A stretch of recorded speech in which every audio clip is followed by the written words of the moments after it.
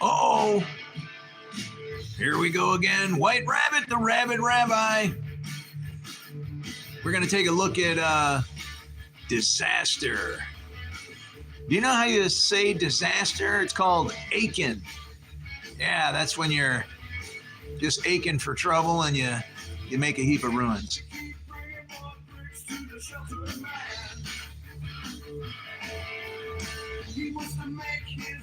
As safe as he can.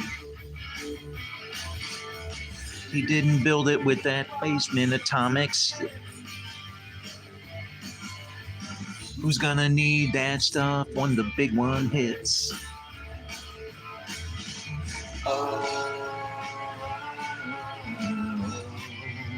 Look at the shelter man.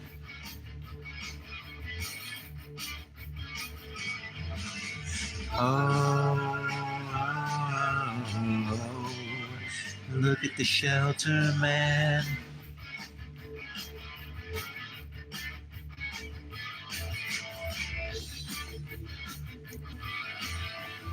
Most of his work takes place 10 feet underground. He's working in that hell because he hates this place. He likes to talk to our God face to face. Oh, look at the shelter man.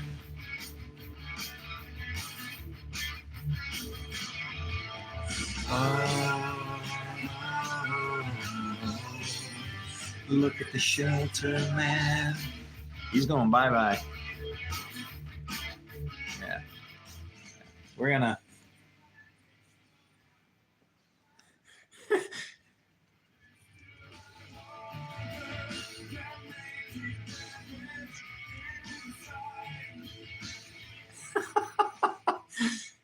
yeah.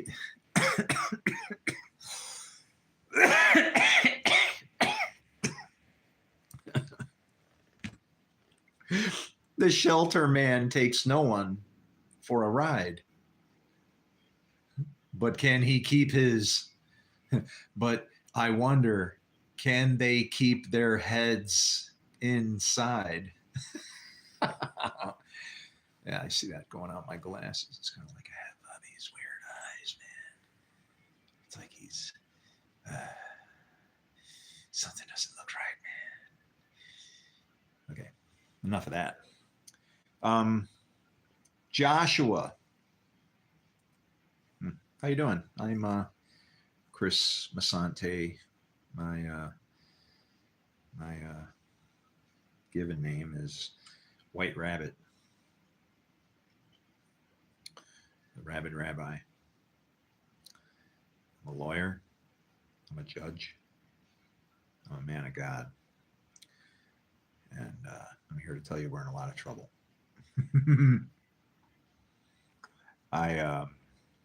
Previously we went over how you can actually see the structure that's written right into the scriptures as to how to conquer a promised land, even a person. Okay, even a person. The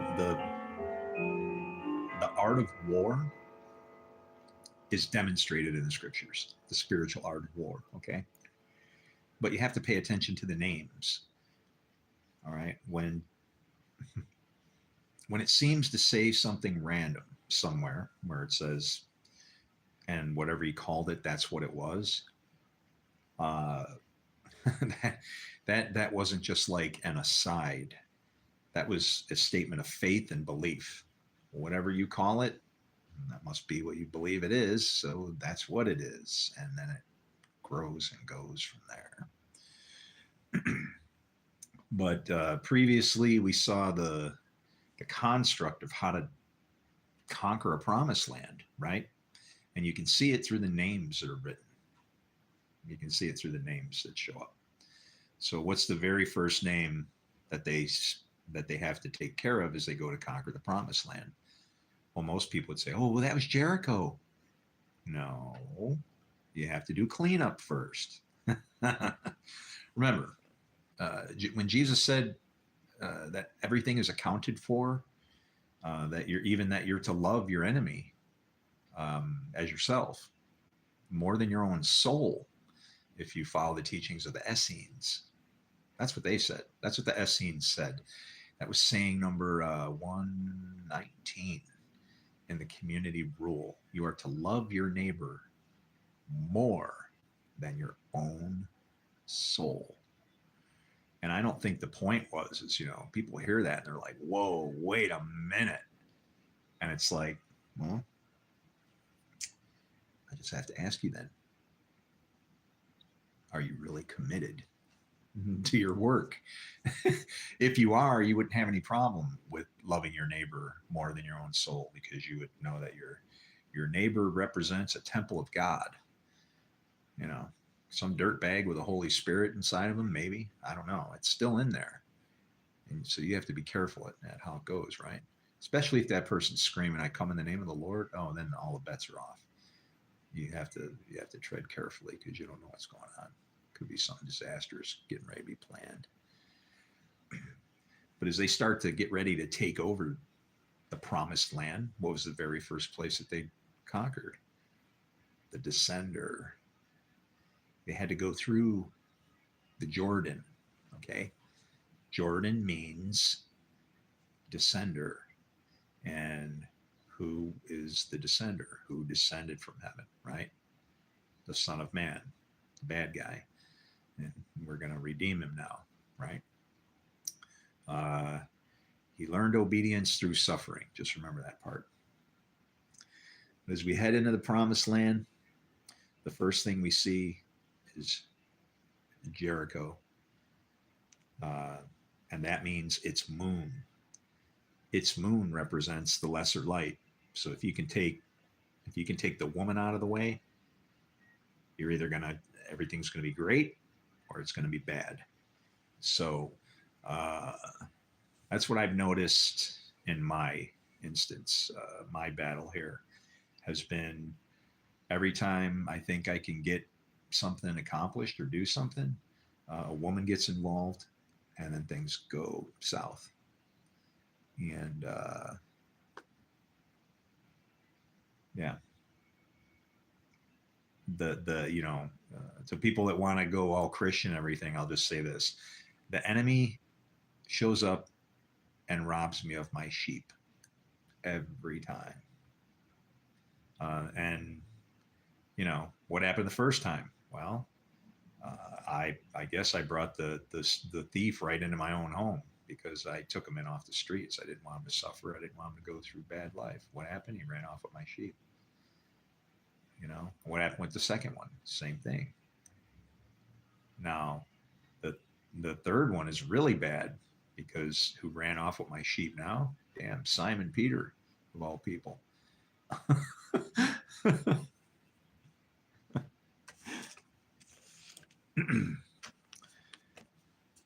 But when you conquer the promised land, the first thing you got to do is get the woman out of the way, because then what results is going to be AI, which is a heap of ruins.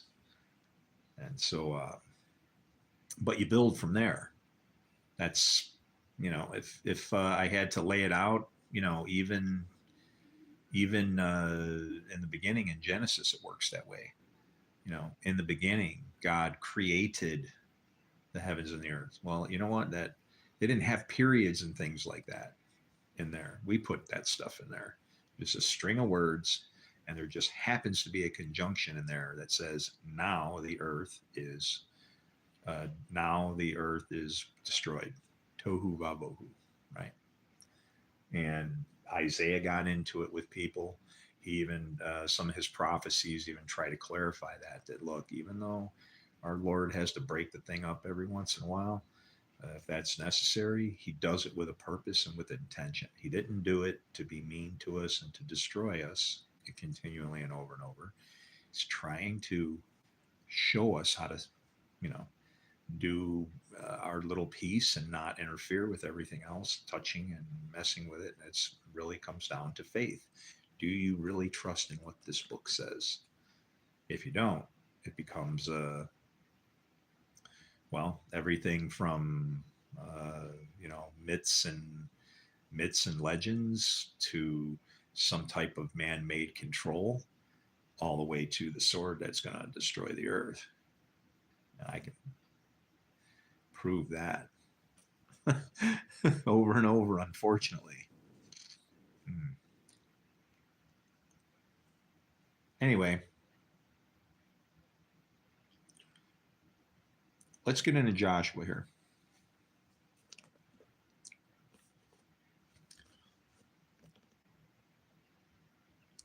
So I'm going to back into 6 before we hit 7. But what you're going to see here is that Achan actually means disaster. Okay, so we're going to see it again in the names, right? Disaster is his name. Disaster, son of Carmi, the son of Zimri, the son of Zerah. Oh boy. Of the tribe of Judah. But see, that's what Judah is. Judah is both, represents both lions. Judah and Israel are two opposing forces in the eyes of God. Judah has the two lions, the good lion and the bad lion. You know, the staff being between his feet, that scepter, is to say that Judah will always, because of those two lions, be hemmed in on both sides and have like a specific path to walk down, right? Judah is how you get to Israel, right? Israel is God prevails. Those, you know, there's a purpose for these two forces of good and evil that are working. The idea is once you understand that God prevails in all of them, you'll enter the state of rest. You'll see the Sabbath happen because made and created are not the same thing. Okay? Peace is made, darkness and evil are created. You know, on that day was a rest from those things. Those two things in man's eyes are a war. Okay? Darkness, you know, light, darkness, we got to destroy this, ruin. Yeah. Okay. Bad idea. How many thousands of years do you want to go by before you can figure this out, right? So, darkness is just, you know, since the Lord is working through all these forces, darkness would just be like the first state of what will be. And then hopefully you'll be able to turn it into what it should be. It's almost as if it's an idea, right? It's the is not that is, right? It's not really there, but it's an idea, but it's in darkness. If it's really unformed and doesn't seem to have any direction towards light, maybe that you could then call outer darkness. But all darkness is that which is unformed and needs to be formed and made into light, right?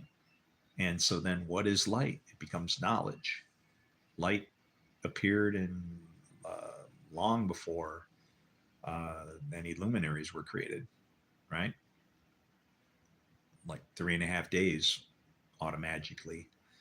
Everything is numbered in that way. Okay, sevens, threes and a half. If it's got 3.5, that just means 7 cut in half. That's referring to like each day would be a 7. Daytime would be, you know, when we walk in the law. Nighttime would be when the winds just blow us around and whatever happens, happens. We learn through stumbling and so on. But morning always arrives. It isn't as if the night was for naught. It's, you know, it's just a different time. When you're born of the Spirit, then what happens is this law kind of goes out the window. That's what it's referring to. Somebody who's blown around and figures out God is actually by far better off than somebody who's thinking that they can do these works to find God, because while the works are good, they're missing the intention and the purpose of the thing, right? I heard something today where somebody was saying, you know, your works don't count as anything, and I'm like, are you stupid? How could such a worldwide presence of a preacher or pastor say something like that, that your works don't count for anything, that your works don't get you into heaven? It's like your works prove that you can go to heaven, because if you don't have any works, you didn't have any faith to do them. So it's kind of that simple, right? The whole faith to trust God. What, how was Abraham guided? He was guided through his spirit. That same, all of the spirit that you're ever going to have is already inside you. It doesn't come from somewhere else. It does, it's already in there. If you can't twist it around and orient it, and I don't know, come to grips with the fact that we're slaves in this place. We're slaves to the forces of light and dark, and the Lord is in control of those, right? So, but you get to decide which team you're going to be on. But so let's go. So here, as they start to go into the promised land now, you can see the structure, because the first thing you do is you take out the descender. The next thing you do then is you got to take out its moon, right? Remember, the land would be like the sum total of everything, including the great light. So you got to get the woman out of the way. What is the woman, and why would you want to do that? This is the law. This is the woman. Ruah is actually a female word. It's the spirit. Now it gets a female connotation, not because, we say him all the time, right? We personify him because it's masculine. That spirit is always going to be able to accomplish what it needs to do. And why? Because in the same way as a woman can bear children that are sons and daughters, that spirit bears sons and daughters. Okay, good and more seed bearers. I don't like to use that term evil speaking about women, because it's like I don't know, things go bad if sometimes if you try to help out a woman, right?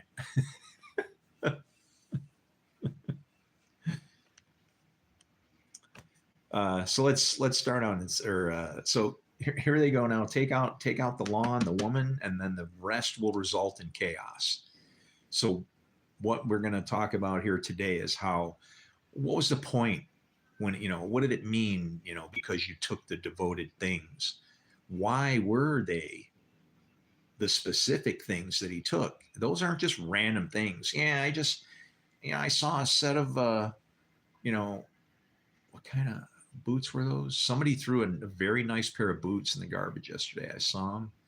And I said, damn, I go, those are my size. And then, yeah, I didn't need, I didn't need, I'm okay. I think I'm fine. I think I got enough. Okay. I'm certain I got enough. But a guy walks up, and this was at the courthouse. And I was noticing in front of the courthouse, there were some planter boxes that had the year and the month, actually, when I met my wife on them. And so I'm looking at these, and, the planter boxes are really well beat up because we've been married for a while. And the guy's standing there, and I look at his shoes, and I'm like, I can't believe it. It's the very shoes that are in the garbage. It's insanity. They're sitting right there. And so then the guy looks over, and he's like,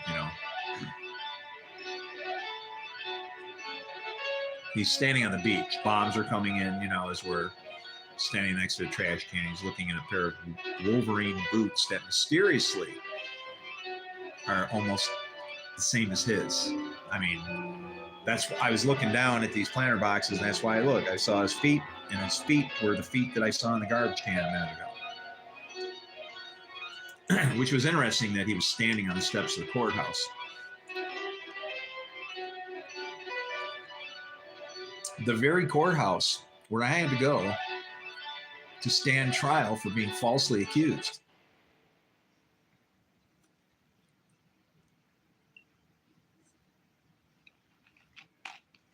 Yeah.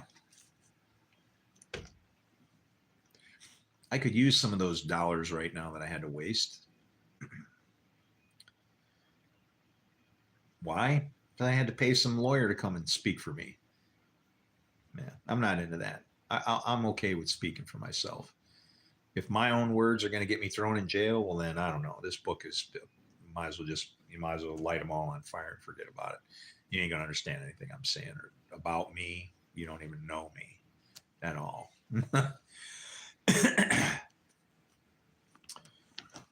So when they burn the whole city and everything in it, now they were told, right? So let's see. We're going to go back to 6. We'll start at 6. Now Jericho was tightly shut up because of the Israelites. um, Now think of that.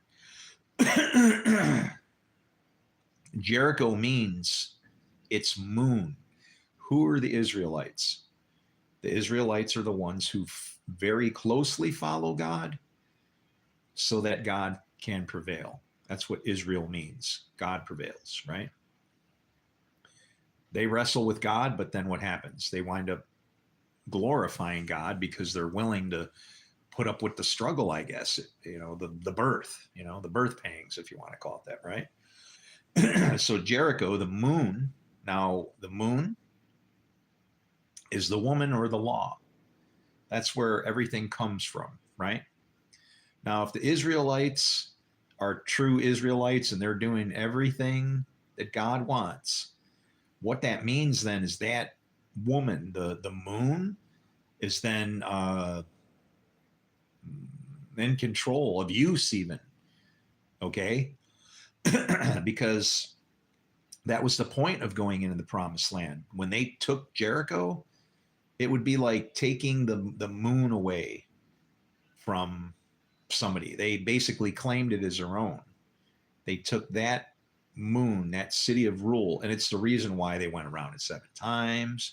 Why on the 7th time they blow the horn? It's like as if they walked around it like to represent like a week's time. This is how it's done. This is the brand new thing. You should be seeing that march around Jericho as being like the city, a Garden of Eden, okay, or the New Jerusalem even, because you have to go through this 7 steps, right? You're going to take these stages to get to take this thing, and you have to possess the moon.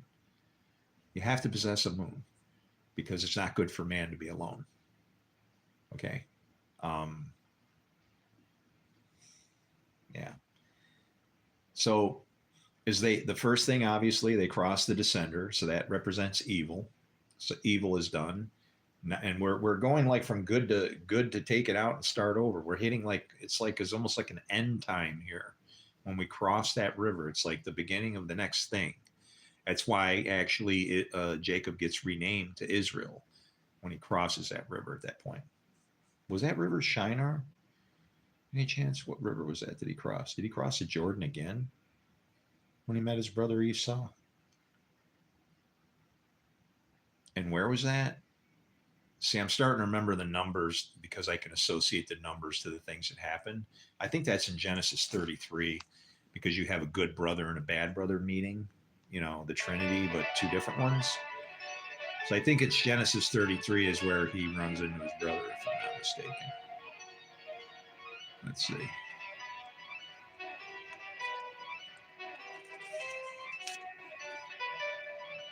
Yeah.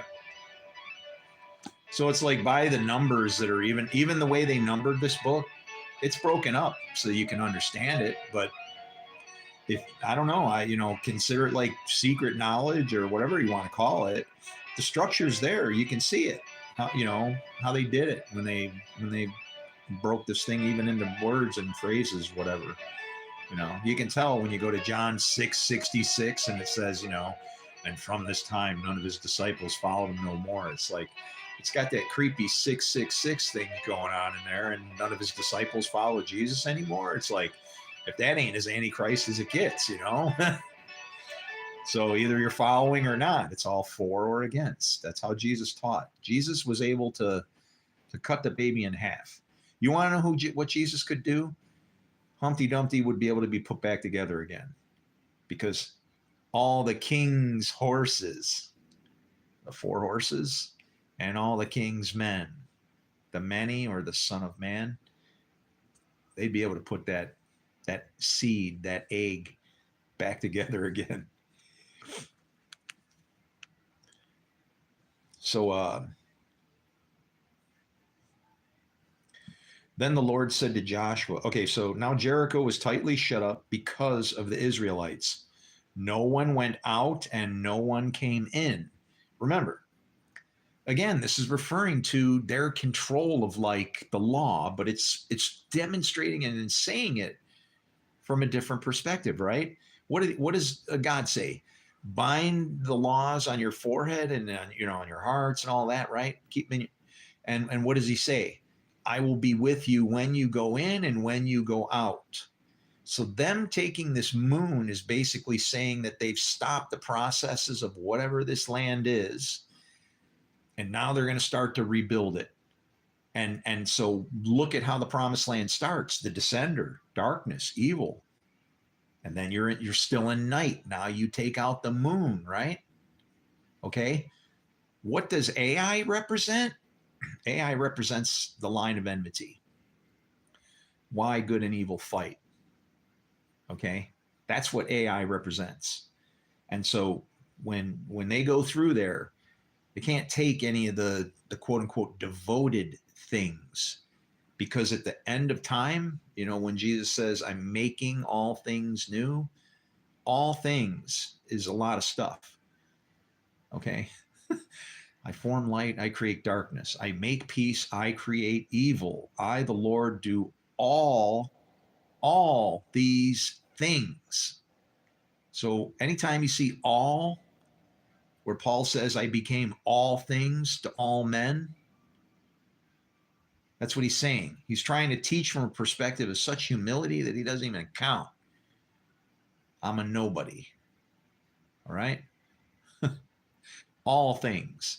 And so those things devoted to the previous time, that age, they got to stay there. You can't look back. You can't look back on that. That's problem. If you look back, what's going to happen? You're going to see evil, and that memory of that is going to keep going forward with you. And you're like, but evil's a real thing. And it's like, only if you make it. Only if you make it that way. Okay. And that's the point. We don't understand the level at which God is trying to control us through this law. And Moses could see it, and Moses was a freaking nightmare. Oh, I have no surprise at all that people thought he was the devil or had horns and all of this stuff. Oh, absolutely.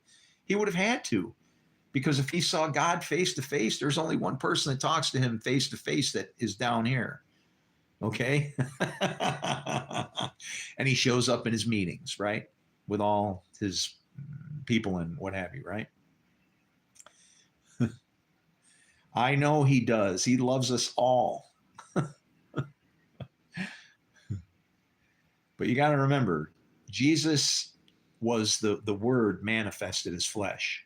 So it's like when you read this and touch this book, it's as if you're holding, the character of our God in your hands, our Lord, our Savior, our Messiah. This is what made him what he was. This is, this is plagiarized, even now, and was when was it? The 1600s? Somebody wrote a book called the Tanya that the Jewish people read. Okay. It's part of their, books and stuff for their doctrine, right? Well, guess what it says inside of that book? It speaks of the man made of words of the Torah. Now, doesn't that kind of sound like Jesus, the word made flesh? Yeah, they rip it off. I don't care. It really doesn't matter. It's the same exact teaching of John, and that's what we need to understand. So how can I, just because God decided to paint that vessel a different color, do I look at it as if it don't count? If it serves the same purpose and holds the same wine,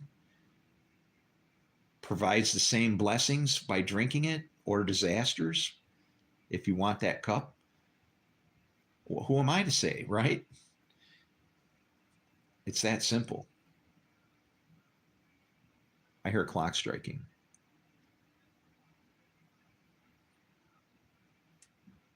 I wonder if that's 11 or 12. I don't know. Might be 10. No, it's 10. That clock just struck 1,000. So Jericho was tightly shut up because of the Israelites. No one went out. and no one came in. So that's, I will be with you when you go in and out. So that's as if they remove the law. It's they're wiping the place clean. Okay, we're starting over. Next step is AI. AI means heap of ruins. Okay, it is what results if you remove the moon. No law, but you have to follow the way it goes. And that's what happened was is the things that are devoted, when God says not to do something, don't do it. And the whole idea of the things that were taken, a robe, right? A cloak, which is for what? Covering your nakedness. If you're going forward, circumcised, whatever, that covenant, whatever you want, that was the point. That was the point of the circumcision. We got our covering when we sinned, because we planted a seed that was, going to have to be eliminated now. So the whole point of the circumcision was, that's where the seed comes from. When a man knows a woman, when God knows you, okay, fruit, right? That circumcision was a mark of saying, we recognize what it was that we did wrong and what sin does. And so we will follow and do what it is that you say. So then the Lord said to Joshua, see, I have delivered Jericho into your hands. Hands. Okay. Along with its king and its fighting men. Always three pieces, right? When it says, when they give you the land, remember, you're dirt. So the promised land that you first, before you are able to conquer out there, conquering and to conquer. Okay? Conquering. You're born having to conquer yourself in this place. If you can't conquer your own land and be your own king and be in charge of your own fruit that comes from you, referred to as sons and daughters, then stay at home. Okay? Don't get on the bench. Someone might accidentally pick you and put you in the game. All right. With its king and its fighting men. Okay. It's perfect. So it's saying, I'm giving you the moon and its resources. It's like to say, this is how the woman works. Okay. March around the city once with all the armed men. Do this for what? 6 days. And then you got to have the birth on the last day. That's when what? The walls fall down. Access to all. The city's like wide open. It's a city that then exists with unprotected, right? Hang on a minute. All right.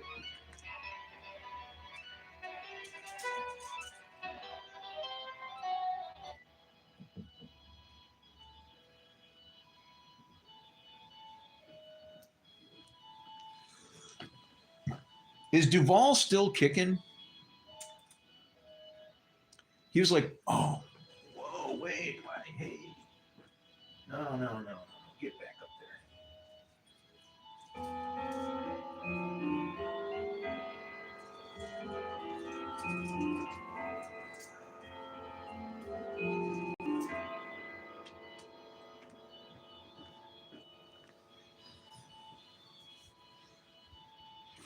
I have a cactus that's it's getting kind of stringy. It's not happy. Probably needs to be transplanted. Probably need to be transplanted 3 or 4 years ago, but I'm too busy to be farting around with plants. I need to take care of the trees. All the trees are killing themselves. Is Duval still alive? I want to watch that movie, The Great Santini. He was a great guy. I like that movie.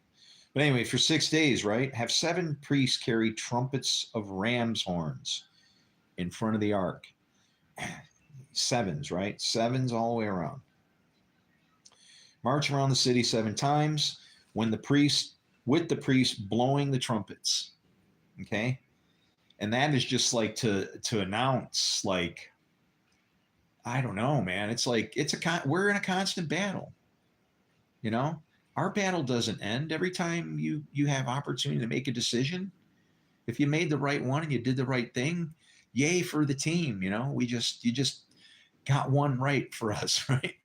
Everywhere where you're afraid and you go, oh, I gotta cut a corner, I gotta be mean to somebody, I gotta, you know, I gotta go against what I said I would do, and that's where it gets bad. Seriously, that's where things all go awry. When you say you're going to do something and then you don't do it, or you're afraid to do it, and then it turns into a lie. So, you know, that's the character trait of our heroes in the Bible. They trust God at a level where it's like, even if it's just like, I made a mistake and so I have to now do, some of these people recoup and they rebalance as best they can and they keep going forward. Look at the Gibeonites, right? They and it's funny, I know them. Why? Because of Star Trek now. And Kirk, just so you know, Kirk means church. So Captain Kirk is Captain Church. But the Gibeonite deception, right? What did these guys do? Oh, we're from way off. Look at our shoes are worn out and everything. And they and what happened? They did what they weren't supposed to do, was to make a covenant with them. You know, they should have said what they should have said to them was, well, we're not here for the people, we're here for the land. You know, you're a stranger in our land, we welcome strangers. Just, don't be doing this or whatever. I mean, if you're supposed to allow and treat a stranger in your land as like one of your own. I'm pretty sure I read something like that somewhere. Uh, well, then guess what? There was no problem. They could have just blew it off or something, right? Go back to where you came from. Go back the way you came, or go back another way if you want. It's okay. Just get out of here. You're not on the list yet, right? You're showing up in fear, and it's that's what's already got you bad. You're showing up in fearful reverence to the Lord. We can't make that kind of a covenant with you. Everybody cuts their own way. It's a Ruth thing. If you can't be where you go, I go, and where you'll die, I'll die. Well, then our God's going to destroy you, because it's for or against. And like, that's the fellowship. They weren't supposed to have any with these folks, but what did they do after they made a covenant with them? They realized, okay, these guys are going to be water carriers and whatever. So it's kind of like they didn't even have to have them around, but they still got used for something, right? And the fact that they carried water and wood, oh boy, come on. Can you not see what's happening here? It's like, okay.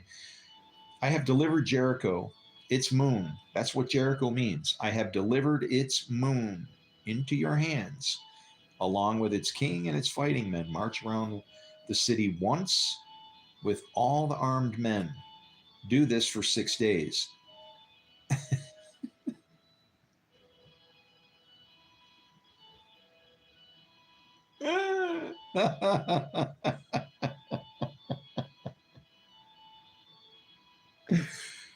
So were they supposed to march around the city once? Or were they supposed to do this for, remember, numbers in Hebrew are not like, we don't look at it like, when I say 6 days, that could mean man's days. Or if it was a 10, it could mean like something to do with God's days, or 7 days, like where it says 7 sevens are decreed.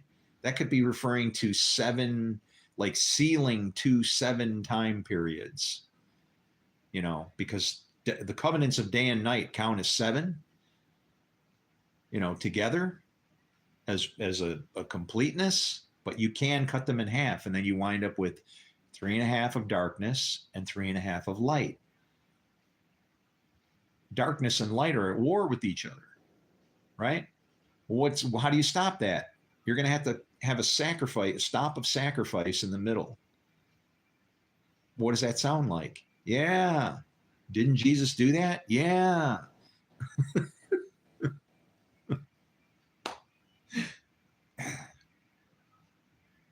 We got this so screwed up, man, because and it's all because of finger pointing.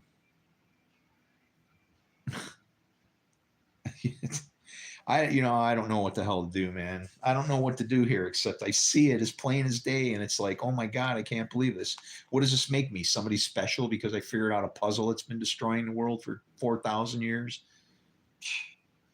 We're idiots. I don't want I don't want any part of this thing.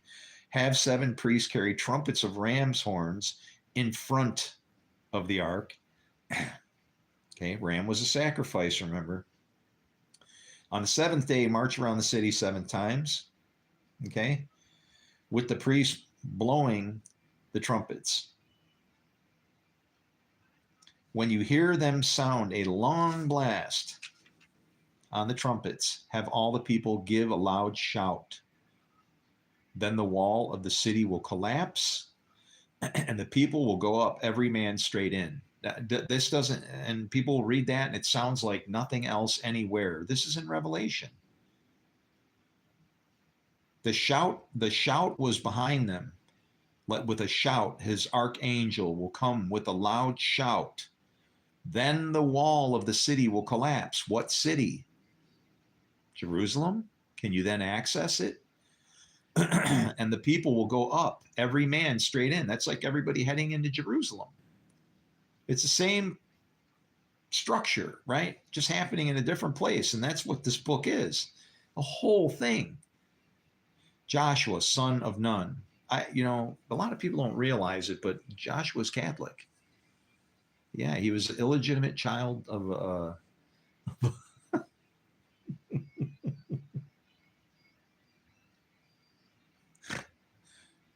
what does Nun mean? Okay, we should look that one up, I guess. So Joshua, son of Nun, called the priests. The priests, always about the law, right? Take up the ark of the covenant of the Lord and have 7 priests carry trumpets in front of it. And he ordered the people, advance, march around the city with the armed guard going ahead of the ark of the Lord. What's the armed guard? This law. You do what's in here, you can't fail. You cannot fail. Even if you do, it's like you're like Obi-Wan Kenobi. Though you cut me down, you've only created a worse problem, and that's exactly what happened with Jesus. He ain't never going away.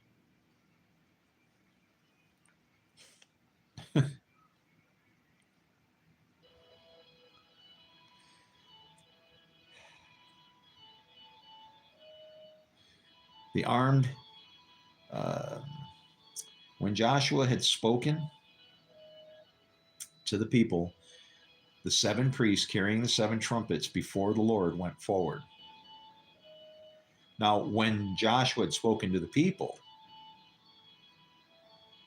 and it almost seems like it cuts it in half. Don't you realize that the people are the priests and kings like Jesus talked about? When Joshua had spoken to the people, the 7 priests carrying the 7 trumpets before the Lord went forward. The priests are part of the people are part of the priesthood, right? Blowing their trumpets. And what does that mean? Everybody in front of you then should be heading into the promised land, right? The walls are coming down. And the ark of the Lord's covenant followed them. Followed them. I'm going to bet that word used for followed is going to be related to the very same word that says, and this is in Hebrew, of course, goodness and mercy will follow me all the days of my life. Why? Because I dwell in the house of the Lord, like is in the wake of a boat. So the Lord's covenant followed them. In other words, they left evidence of it in their wake as they went through. Okay? That way, and it remains then, right? It's been there. And this is his ark has been carried back and forth through this place a million times, a gazillion, trillion, gazillion, babillion, zillion, quadra, pizzillion, whatever, biggest number you can imagine, bigger than a Google. um,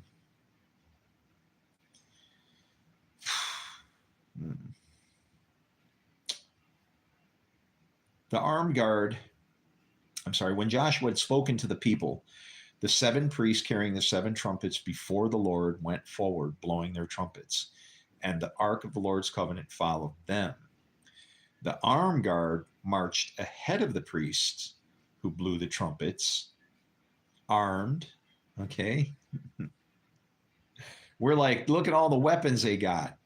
Look, people, think of just people working for God in a garden. Stop with all the fighting, right? And the armed guard marched ahead of the priests, and the rear guard followed the ark. It's like they're hemming in time there.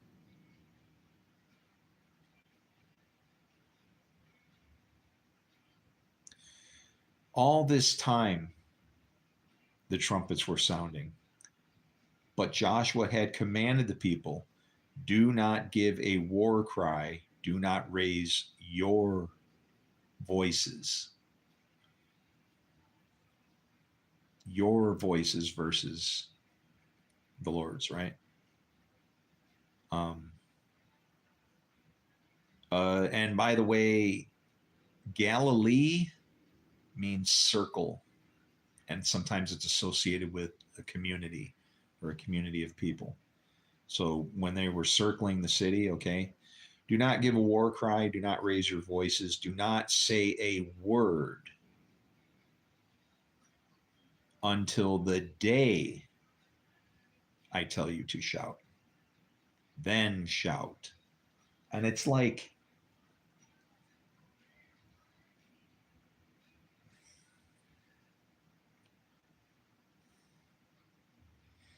I don't know what happens to me, but sometimes I just feel like I'm getting hit with a.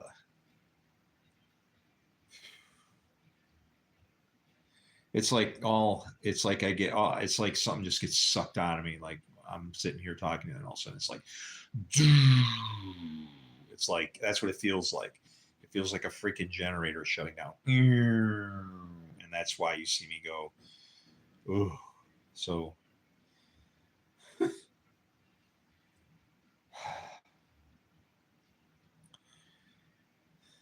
Then shout. So he had the ark of the Lord carried around the city, circling it once.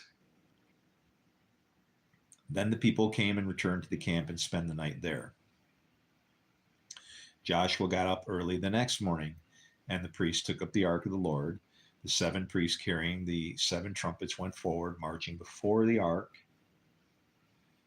and blowing the trumpets. The armed men went ahead of them, and the rear guard followed the ark of the Lord.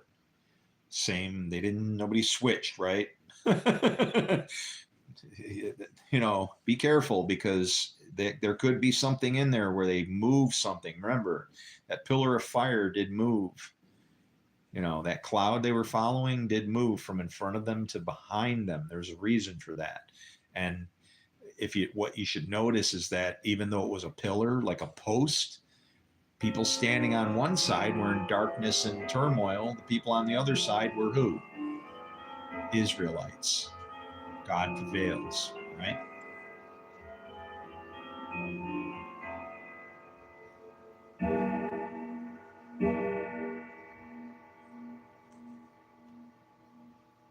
One pillar, 2 zones.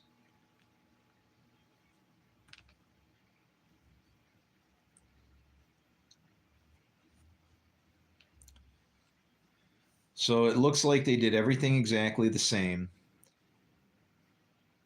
7 priests carrying the 7 trumpets went forward, marching before the ark of the Lord and blowing the trumpets. The armed men went ahead of them, and the rear guard followed the ark of the Lord while the trumpets kept sounding.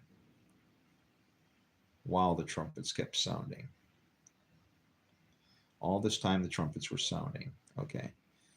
Um, so on the second day, they marched around the city once and returned to the camp. They did this for 6 days. Okay, so just repeats, we can trust it, right? On the seventh day, they got up when? At daybreak. That's a little different because they got up early on all the other mornings, okay? Early. Is that before daybreak? I would think so because if your work is supposed to be from sun to sun, okay, getting up early would be getting up before the sun, right? Um,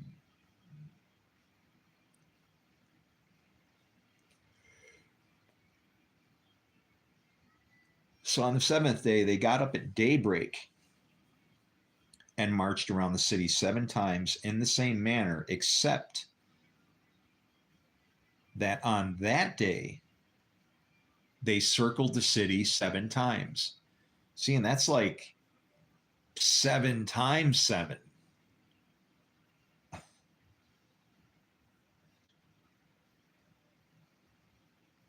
Boy.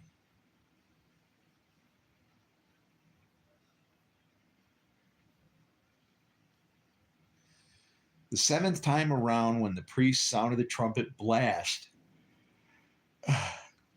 Joshua commanded the people, shout, for the Lord has given you the city.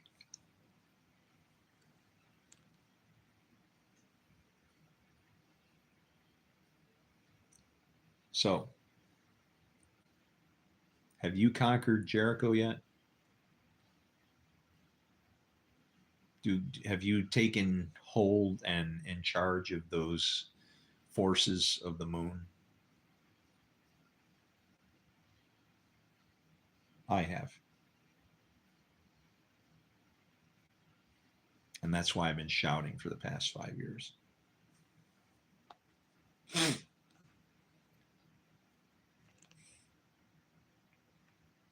The city and all that is in it are to be devoted to the Lord.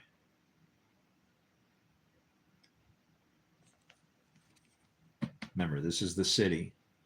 There's good and bad in this book, right? Only Rahab the prostitute and all who are with her in her house shall be spared. And it's like the interesting thing about Rahab is that if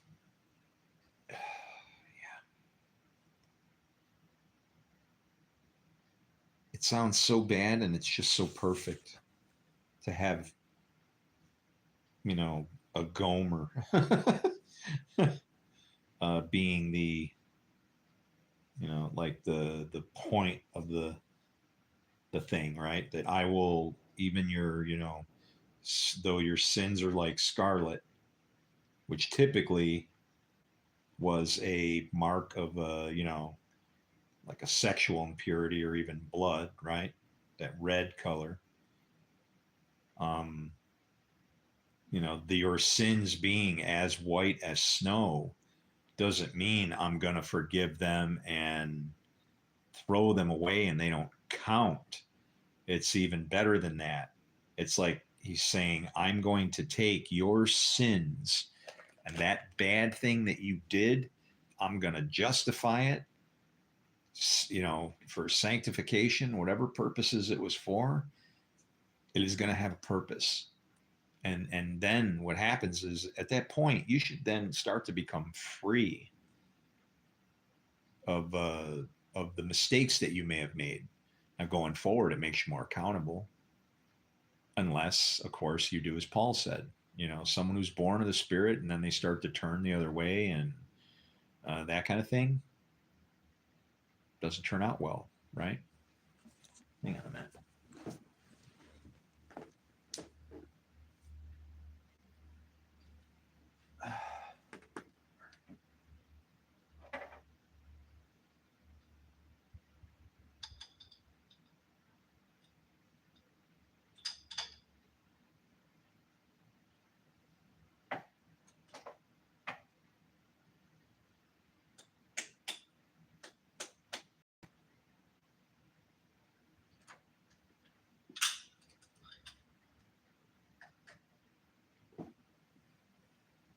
So remember, when you see him get in Jericho and all, that's showing you a battle plan.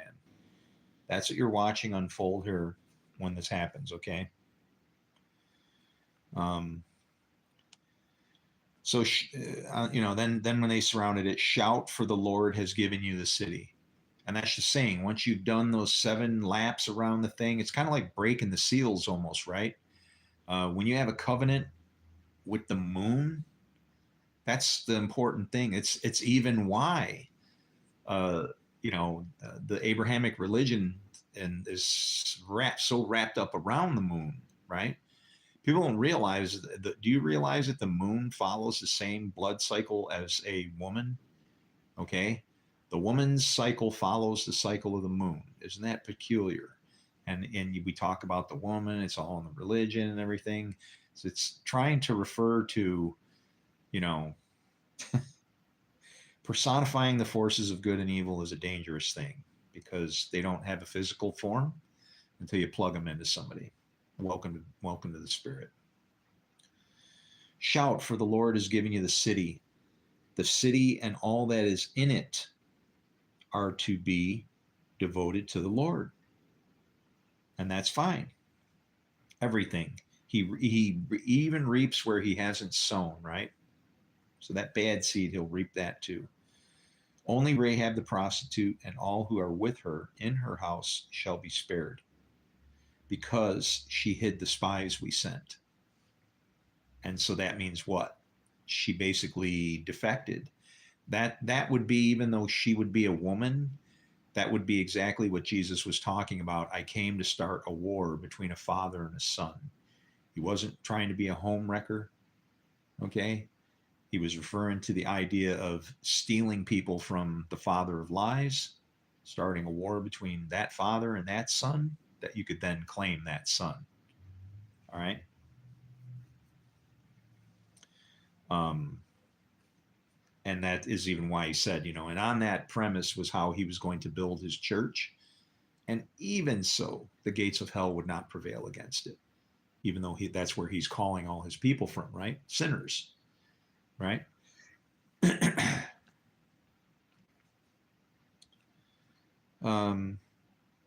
So she hid the spies,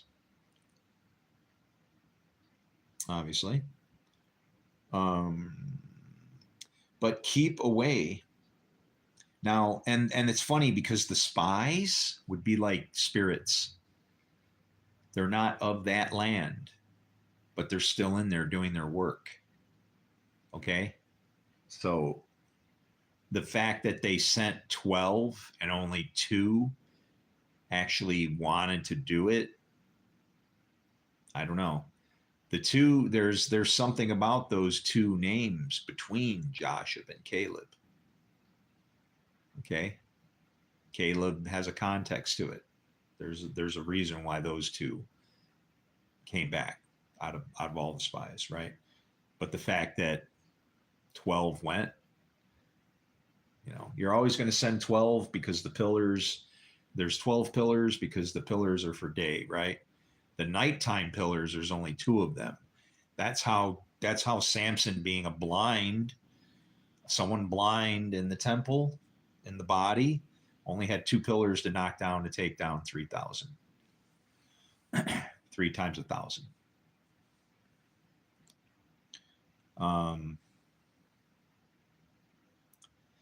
When the trumpets, but keep, only Rahab the prostitute and all who were with her in her house shall be spared, because she hid the spies we sent. But keep away from the devoted things. What are the devoted things? They would have been things that were good and evil at the same time, because it would have been evil. I mean, it goes back and forth, right? It was evil that they had to destroy the city. That's an evil thing. But was it for good? Yes. So therefore, all the spoils and everything that come from there, because you're using good for evil in that way, you can't take anything. You can't say, because then it became destroying them to take and claim their stuff. I know it seems like random things, but you got to look at it from a spiritual perspective. Uh, let's put it this way. I believe that the Lord is sovereign. He's working through all things. Okay. And now all of a sudden, I find that my twins have died. Well, how am I to feel about that?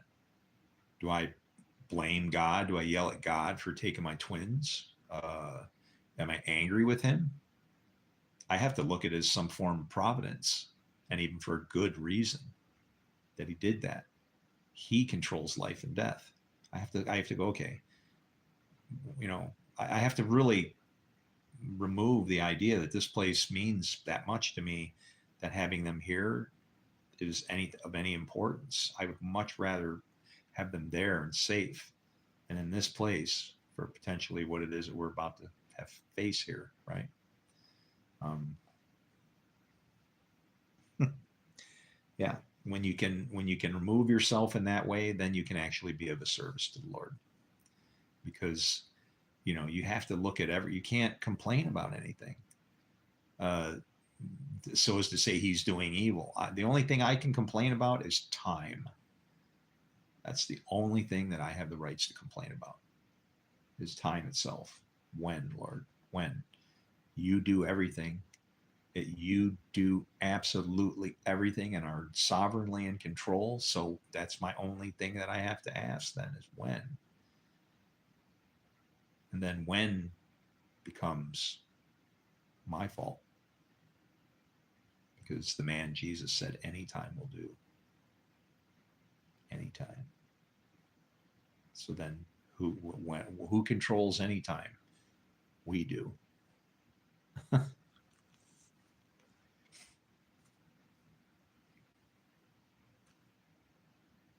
Keep away from the devoted things, so that you will not bring about your own destruction by taking any of them. So can you see how the devoted things were like evil used for good and whatever? It's kind of like, look, it's like wash and rinse, man. Leave it there. Don't don't take any of the stuff from evil going forward, because then all it's going to do is maybe teach you how to use evil for good, or which ultimately it just shouldn't be, right? It just shouldn't be. So it should have all got left back there. And then, of course, what does he take? He winds up taking a covering, which is what you take for sin. And then he takes gold and silver, which refers to the works that you do. Some of the gold would be works. You're ruling from up here. You're like a good king. You have servants that serve you. You want to know who your servants are? Right here. And or the silver is the Lord's. Why? Because look at, even if the left-handed guy is planting, what, bad seeds, it doesn't matter. The Lord reaps even where he hasn't sown. He takes it all. Okay, takes it all, chopping it down, all of it. So don't bring apart, don't bring your own destruction by, involving yourself with it. Literally, you're going to defile yourself if you do any of that stuff that you're supposedly leaving behind. You're supposed to cross the descender so that you understand him, but prior to that, you were already children of wrath. God's trying to get us to the point where what we understand what's going on here, so we don't keep beating ourselves up, right? And then again, then the book just keeps saying that same thing over and over and over. Otherwise, you will make the camp of Israel liable to destruction and bring trouble upon it. So what does that mean? The Lord was literally saying, since you can't claim anything from what it is that's been done here, I have done what I have done, and it is over. This is like a Sabbath is going to happen right here. Could have been. Okay? Supposed to be a Sabbath. Why? Because the first Sabbath was a rest from all things created and made. What was created? Darkness and evil. What was made? Peace. Those two things, when they're at war with each other, that's the Lord. He's a man of war, just as Moses said. Now, when those two spirits can land upon you like a dove and not be fighting with each other, that's when the Lord's Spirit rests upon you. That's what it means. It doesn't land on you and turn you into a monster. It rests, right? It means, what does that mean? It means I can't judge then. If he does good, evil, both, I'm kind of sitting in the middle. He's at rest, so I'm at rest. if I make him at unrest by touching and tampering, I got some stuff to do then, right? We'll work on that.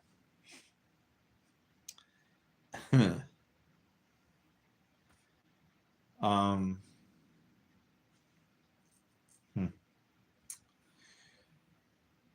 Joshua said to the two men who had spied out the land, oh, I'm sorry. Otherwise, you will make the camp of Israel liable to destruction, and all the silver and gold. And really, look, what does Israel mean? God prevails. Did he prevail, or are you going to continue your wrestling with God? Okay. See, Israel really should mean God wins, right? That you've surrendered or something to God. That's how you are Israel, when you surrender to God. And bring trouble upon it. All the silver and gold and the articles of bronze and iron. Oh, even that. See, the bronze and iron. What? That's the belly and the hips and the legs. You are that statue. Okay? And must go into his treasury. What does that mean? All that's saying is he owns it. I form light, I create darkness, I make peace, I create evil. I, the Lord, do all these things. What part of it do we have with it then? We work.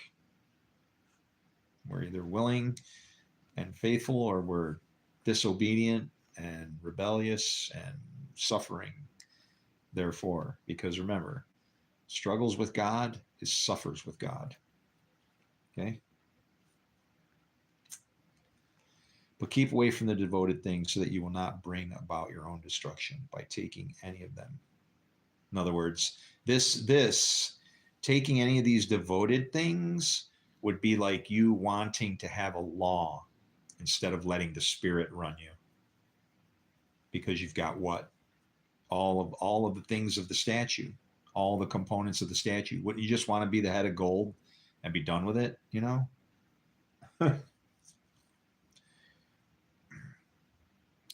All the silver and gold and the articles of bronze and iron are sacred to the Lord and must go into his treasury.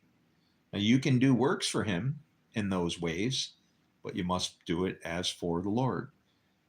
When it says no man knows the day, we take that to mean that we don't know the hour or something. And it's like, no, that hour we don't know, because it isn't us that makes it happen. We'll know it when it happens, because we will be the ones doing it. If you're telling me that you ain't sitting there right now with the opportunity to make a decision anytime, like, we'll do.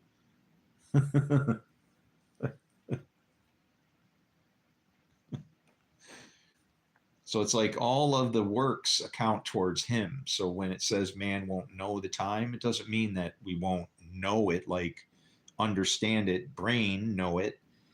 It means that its occurrence, the manifestation of it happening, is only going to happen because man is going to work as God, as for the Lord. That don't happen, that day ain't coming. Keep on struggling. There will be no birth. The Lord has spoken. But keep away from the devoted things.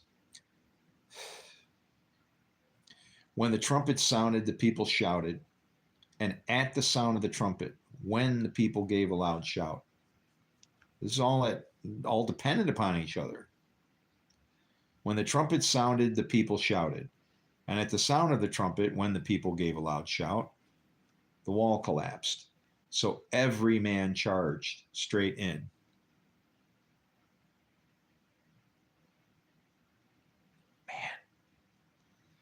I'm sorry, but that's like breaking the source code for this right here. Every man, straight in, straight in, near like yeah. This is like radioactivity happening here. Like this is getting ready to just go pow. Every man straight in, and they took the city. They devoted the city to the Lord and destroyed with the sword every living thing in it. Now, destroyed with the sword. Let me ask you something. Do I need to fight for our God? Do I need to pick up armor and sword and so on and go out destroying people in his name? No, I do not. To be destroyed by the sword is to come against this book. The things it says that are going to happen, its promises of blessing and curse, that's the sword you got to worry about.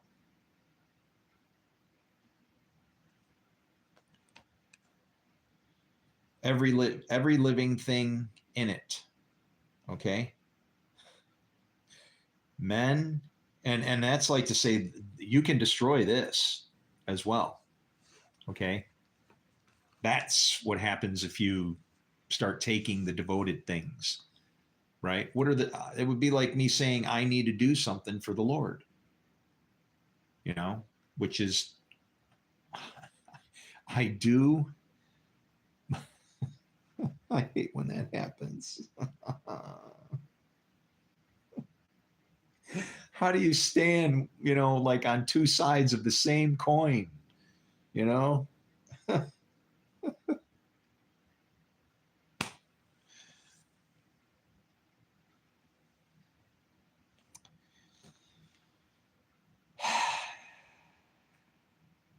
They devoted the city to the Lord and destroyed with the sword every living thing in it. Okay? That already happens through this sword. Okay? Men, women, young, old, and that's why it speaks of cattle, sheep, and donkeys. Okay? A cattle represents pulling the plow, okay, is actually the very first part of the Hebrew alphabet, the very first letter. That plow or that, the oxen are pulling the plow, which is like to say time, okay? The sheep are either, obeying the Lord and hanging on to the plow as he pushes it, pulls it along. And in some cases, those sheep are kicking at the donkeys that are behind them, the beasts of burden, right? The ones who are still going to show up in the kingdom, slow, but with just as much trouble and whatever. That's even the whole thing of why Jesus said, my master requires this donkey that's tied to a tree. You might as well look at that thing and say, cursed is one that's tied to a tree. Unhitch your donkey and ride. It's like time and has been time, like for a long time. It's just pathetic.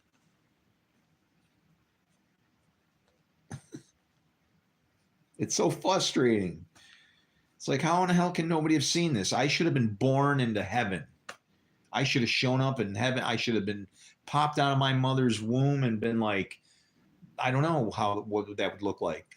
Angels singing and look, another son is born, right?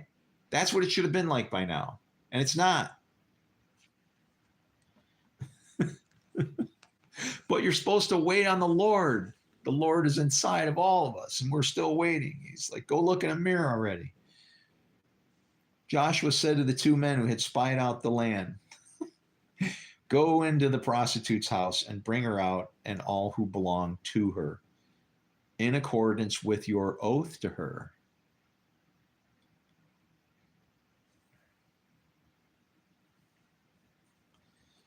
Were they already told not to swear any oaths?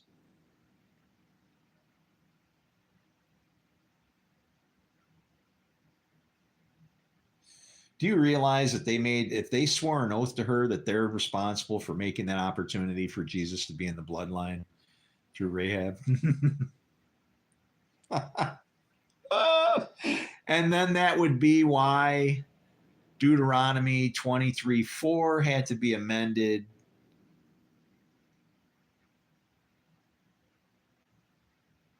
Because it's an allegiance thing. See, that's what our God wants. He wants divine allegiance, just like Heiser said, right? Rahab was a prostitute. What did she do? I don't know, hookers for Jesus, I guess. She worked for God. It was seen as righteousness. Even her and her house was saved, right? Same thing for Ruth. Not even supposed to be a part of the congregation. The law says it in Deuteronomy 23:4. No Moabites or Ammonites in the assembly. Why? Because they didn't teach you about this book. They weren't a part of what? This book. They couldn't be devoted to the Lord because they didn't do the things of the book. But can evil be devoted to the Lord? Sure. But at that point, it's all his, and you can't take any of it with you to carry it forward. But look what they did. They made an oath, and then they had to take the whole thing forward. There's Jesus. Why did Jesus show up? Because of this oath right here.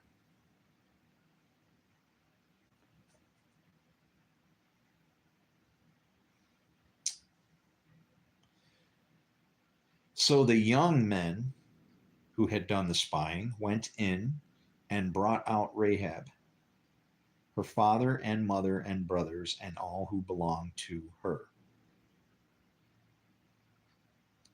What does Rahab mean?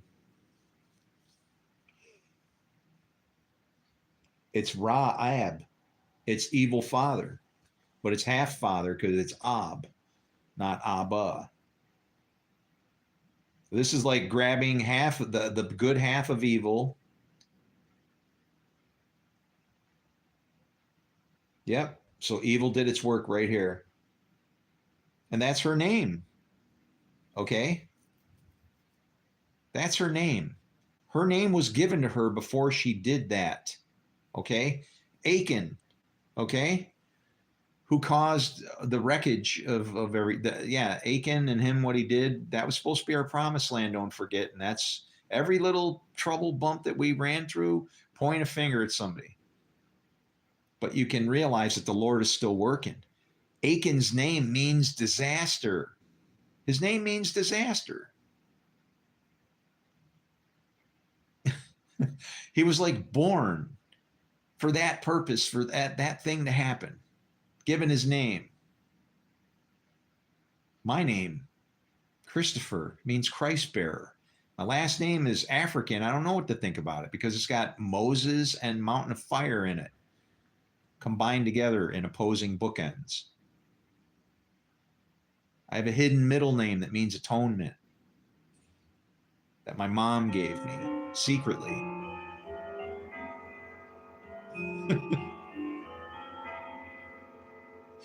Why? Because I asked what my name was. How come all the other kids have middle names? I don't have a middle name, Mom. Mom probably wasn't supposed to give me a middle name. I was supposed to probably be Christ bearer on one side of this timeline and what on the other? Moses and Etna, the mountain that gets thrown in the midst of the sea. And what happened? My mom. Man, she did some. You ever been beaten with a soup can? I think my elbow still hurts.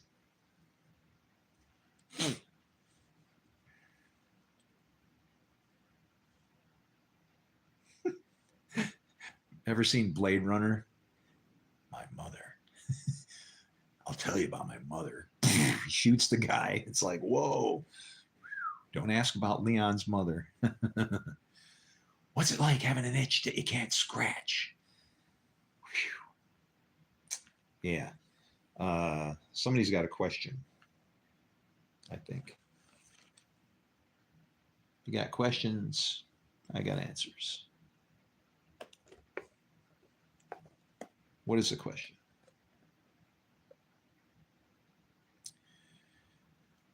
What is this channel about? Well, Let me ask you first. I want to ask you a question. I'm going to do like a Jew, and you ask me a question. I got to ask you a question first. And the reason I do that is so I can figure out maybe the best way to answer your question. Because as being a Jew, I understand the forces of darkness and light. Okay, and understanding Judaism, I know that the purpose of Judaism is to transform all of darkness into light. That's what we're supposed to do. All right. So, with that said, if you could tell me a denomination or tell me what it is that you believe in, I'll talk to you in whatever water I need to where not to upset you, and certainly not to tell you anything that's untrue, but more so that I don't offend you, because that doesn't serve any purpose. I can get my message across to you without offending you. What's the purpose of my channel? To expose the damage that we have done with a misunderstood book. This book is the great sword that has taken peace from the earth. And I can prove it, right down to the red horse and the scales and all of it.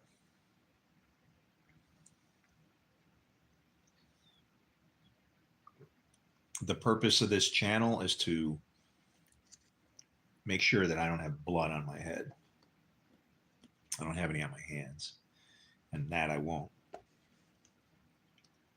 I refuse. Blood on my head, well, that kind of comes as a sidebar, right? Like, what do you do? What do you do when you've been given information, right? Then all you can do is say, well, I need to tell you about a voice.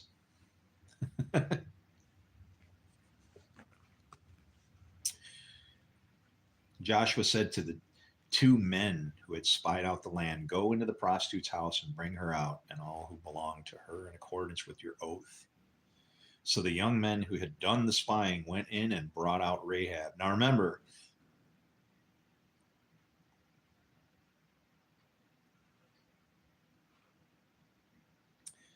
two men had spied out the land. 10 of them didn't even go in, which is interesting because what happens? You got those numbers again, 10, and then you've got the two that are always working. All right. The two that are always working. All right. It's like when there's more going on here in symbolism than people can realize, right? Like the story of Noah. What's the very first bird he releases? The raven. What is a raven? It's an unclean bird. It's considered evil. What do we know about ravens? Well, they can feed people if they need to.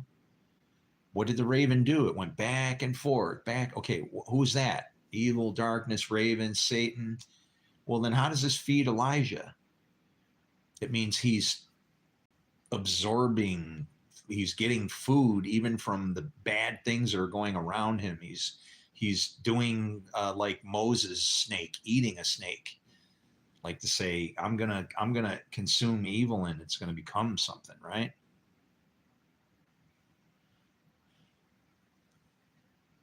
Yeah. Where do I start? We're in a lot of trouble.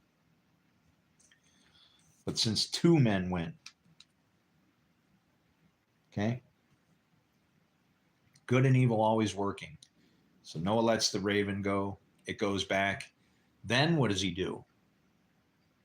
Noah lets a dove go. It flies back and forth. And what does it do? It comes back. Why? Because it could find no place to rest its foot. Okay? And people just think, oh, there's nowhere for the dove to land, right? There's no place for the dove to land. And it's like, no, it's talking about the, dove is the spirit, right? If there's nowhere to rest its foot, see, we see our kingdom as being I will make your enemies your footstool. But what does that mean then? Then you've got a place to rest your foot. But what is it also a sign of? Kicking. It's a sign of tragic war going on back and forth because the snake is trying to bite at the spirit's foot, and the spirit is kicking in the other direction, and so there's nowhere to rest your foot. It's in the same way where Jesus says the Son of Man has nowhere to rest his head. You know, when Jesus calls the Son of Man a worm, you know, man is a maggot and the Son of Man a worm. It was maybe he was trying to kindly call it a different kind of snake, right? If that snake is on the earth, it's bad. If it's in the earth, it's good. If it's a worm in the earth, then it's good. When it comes out of the earth, then it's bad. Then it's a snake.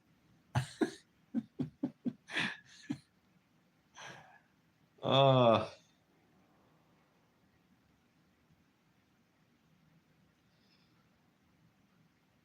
we're all just snakes on a plane.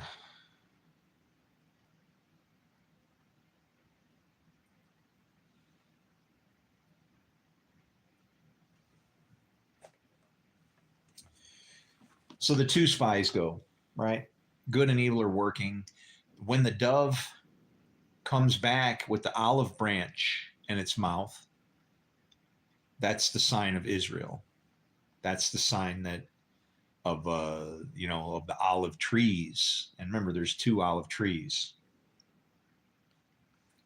And so then he sends the dove out, and then it doesn't come back. I don't know. That's like as a state of saying there's a rest then between good and evil. The time has come for that rest to show up, and that rested on Jesus, that dove. Time travel. This book is timeless. The links go back and forth and all through it like a garment, like a woven, like literally simply a woven fabric. So bring her out in accordance with your oath. So the young men who had done the spying went in and brought out Rahab, her father, mother, brothers, and all who belonged to her. They brought out her entire family and they put them in a place outside the camp of Israel. Okay. So that's almost like what? That's like a place prepared for the woman. She's got her own thing. She's not part of Israel. And why? Well, she, even though she's afraid of God, that's only where it starts. That's fear is the beginning of everything. Fearful respect of God results in a lot of different things. Look at all the denominations that we have in Christianity. You think that randomly happened? That happened because of respectful fear. But we don't look at it like that. But that's why God tolerates it. Division at that level. I mean, boy.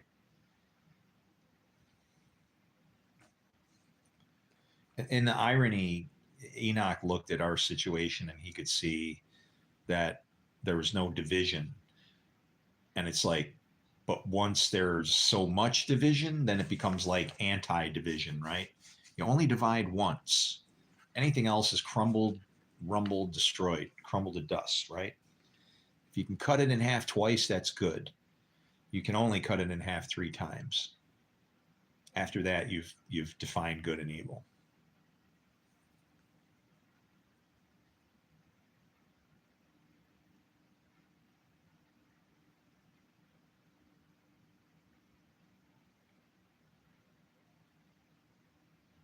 Seven, 8, 9. What was that? I don't know, man. That clock, I can't hear it. I could open the door and I'd be able to hear it, but so there you go. She's saved, but she doesn't belong, right? So what happened? So can you see uh, what happened at Jericho? Can you see how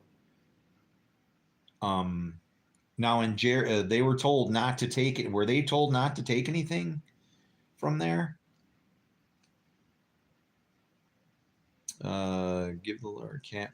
Let me see. I got to find out if they're allowed to take anything, because see, then what they would have done is they would have not taken the things devoted to the Lord, right? Because she was what? She was obviously devoted to the Lord. So they left her in her own place, as in she has done her job, don't touch that kind of thing, right?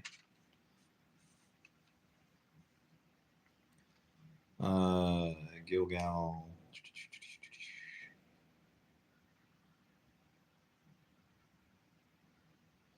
Oh, I didn't even realize this was in 5.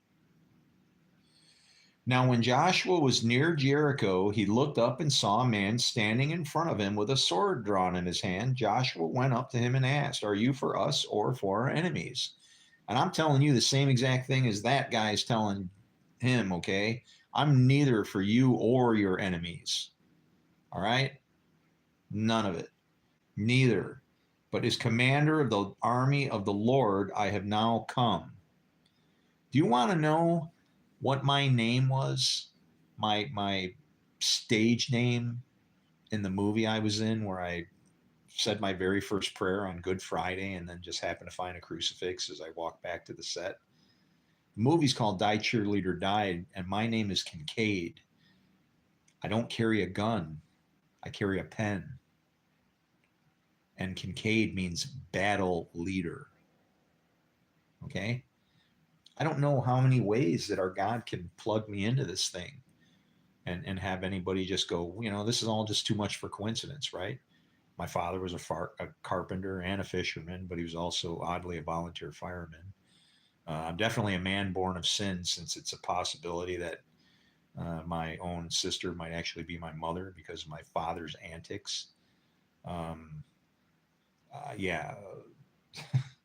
I have too many things where I could associate myself and plug myself into this book, even down to the point of coming to Simon Peter, my own pastor, who rejected me, and basically then therefore I wound up being arrested because of him. Hey, if they're not for you, then they're against you, right? If that guy, could he have defended me? I'm sure he could have put in a good word for me as being pastor of a church. Okay. How do I know what he probably said and how he did? Well, let's see. If I go on a property, I'll be arrested for trespassing. A church that I spent my money to build, help build. That's a problem. That's a big problem with our Lord. He don't go for that kind of shit. I'm going to take a break because I'm starting to get, I feel this thing, right? You want to know what I feel? I feel that our God is going to show up and he's going to do something pretty harsh. And we're going to wish, I don't know, I guess that maybe we had done things differently.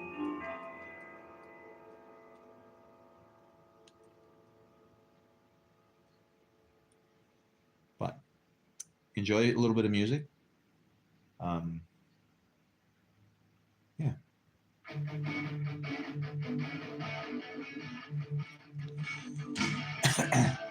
I'll be back, God willing.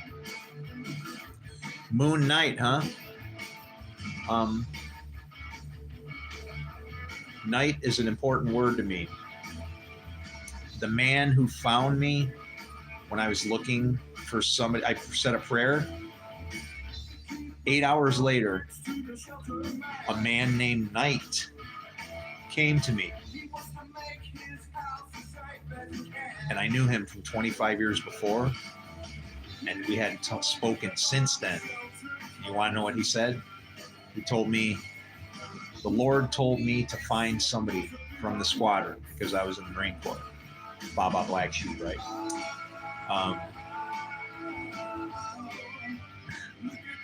And he came to me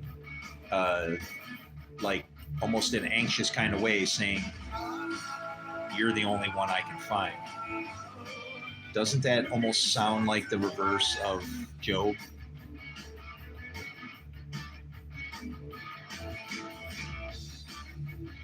It's happening in reverse, guys. That's all I can tell you. He works like a hound. Most of his work takes place 10 feet underground. 10 feet. He didn't care if his neighbors said he's insane. He's gotta finish work before the nuclear rain. Oh, look at the shelter, man. Yeah, just don't do it. Don't push the buttons, okay? Oh, look at the shelter, man.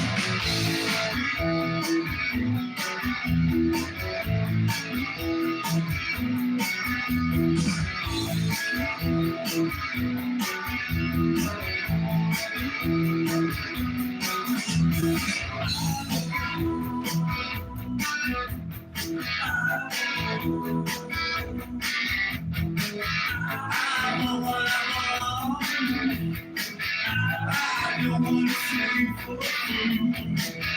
My conscience will rain on me like this all over the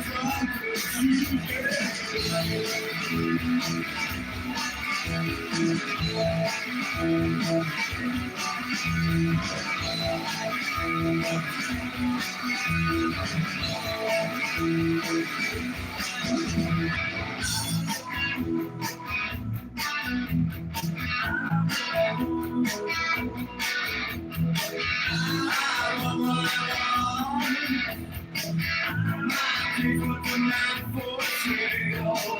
I'll do anything I want when you land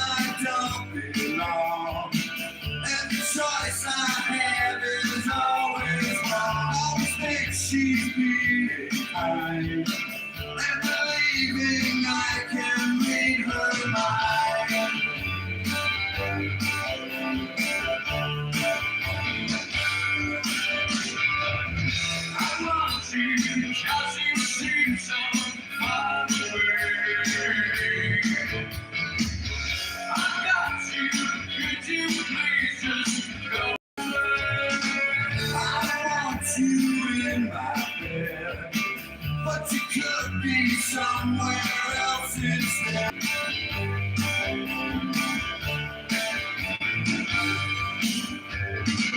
You think at home alone, trying to squeeze blood from in a stone. You treat it like a race, but I just got to have my own space.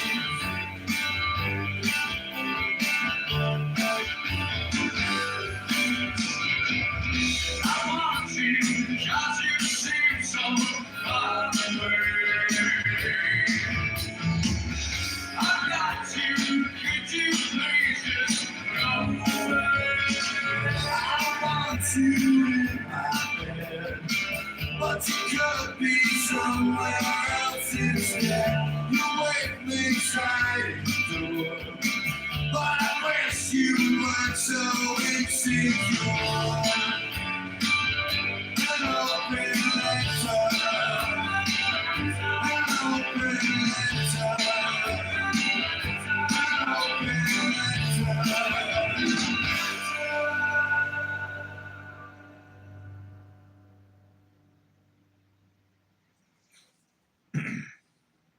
How's it going? Yeah. We can get another hour in, right? White rabbit, the rabbit rabbi. Woo! Give me some more to eat. Where's the cabbage? I want that book.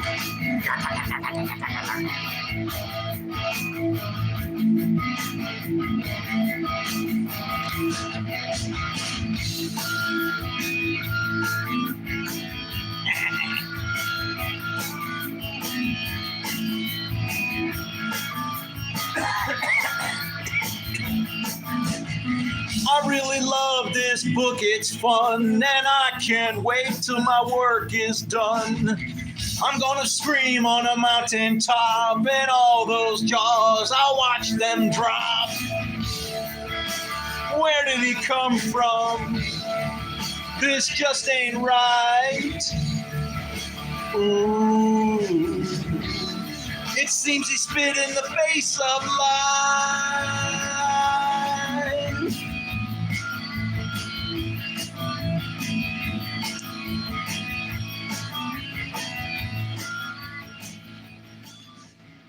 I think we should open this book, take a look at the words, yeah, a real good look.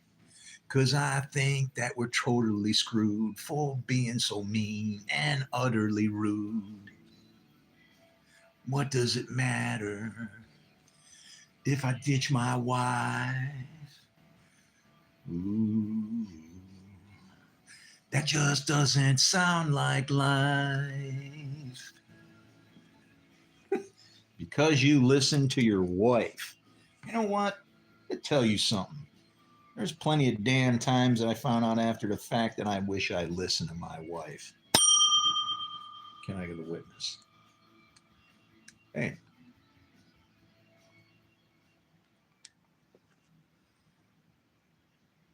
Yeah.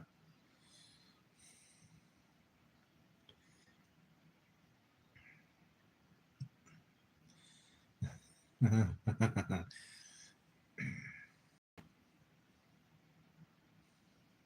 Mhm.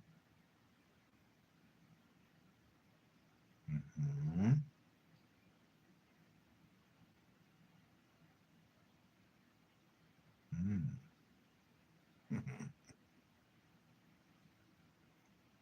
Okay.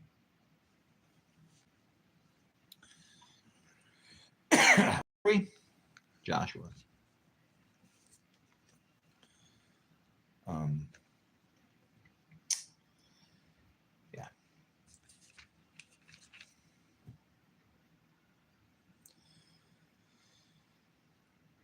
So, because they made their covenant with her, right? They have to carry her forward. They're going to pick up, keep going. But that's how Jesus even gets his hook into the bloodline. Very interesting. So the young men who had done the spying went in and brought out Rahab, her father, mother, brothers, and all who belonged to her.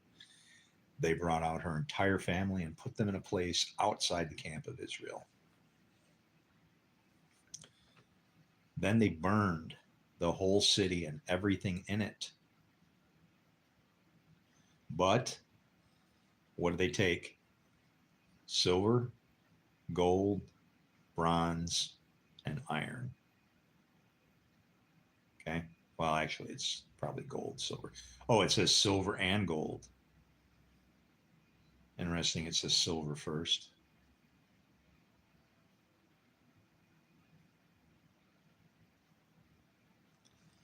What does the Lord say? Doesn't he say, like, the gold is mine, the silver is mine? Switching order like that means it's, that there is something there. The biggest place to watch that happen is in Genesis 2:4. Is it? I think that's it, because I think that's I associate that with 24. So like there's a stamp mark there. 2 is a ratio to 4.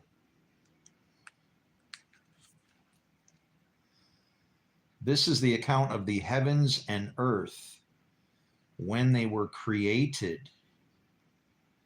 Heavens and earth created. Remember, created, okay?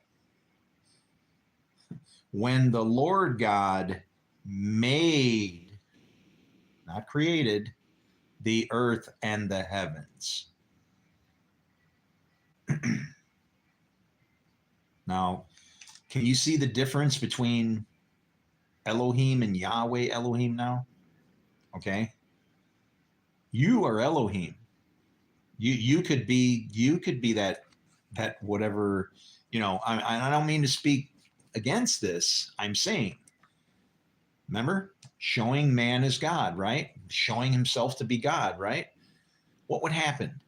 You could literally, showing yourself to be God, plug your into this book now. Okay? And then what happens? When you began, you created the heavens and the earth. And now the earth, didn't say anything about heaven, is formless and void and blah, blah, blah, blah, blah, right? He created the heavens. The heavens were obviously perfect. The earth wasn't. It gets split, everything, right from the very beginning, just like that. Okay? And it's Lord God. Lord, I mean, and I'm sorry, but with all the number thing jumping around and stuff, that's how I remember stuff, and it's built into the book for me. I can remember a lot of things because the numbers just line up as they should. A lot of page numbers with duplicate numbers on top in this book too, like Genesis 12:12. What's that? When the Egyptians see you, they will say, "This is his wife." Then they will kill me, but they will let you live.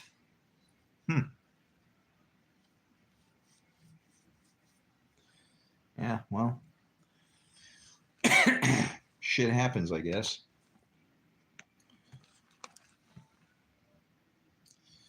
So all the silver and gold and articles of bronze and iron are sacred to the Lord and must go into his treasury.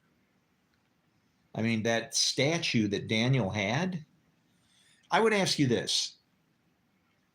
If we're on the same team, all right, we serve the same God, right?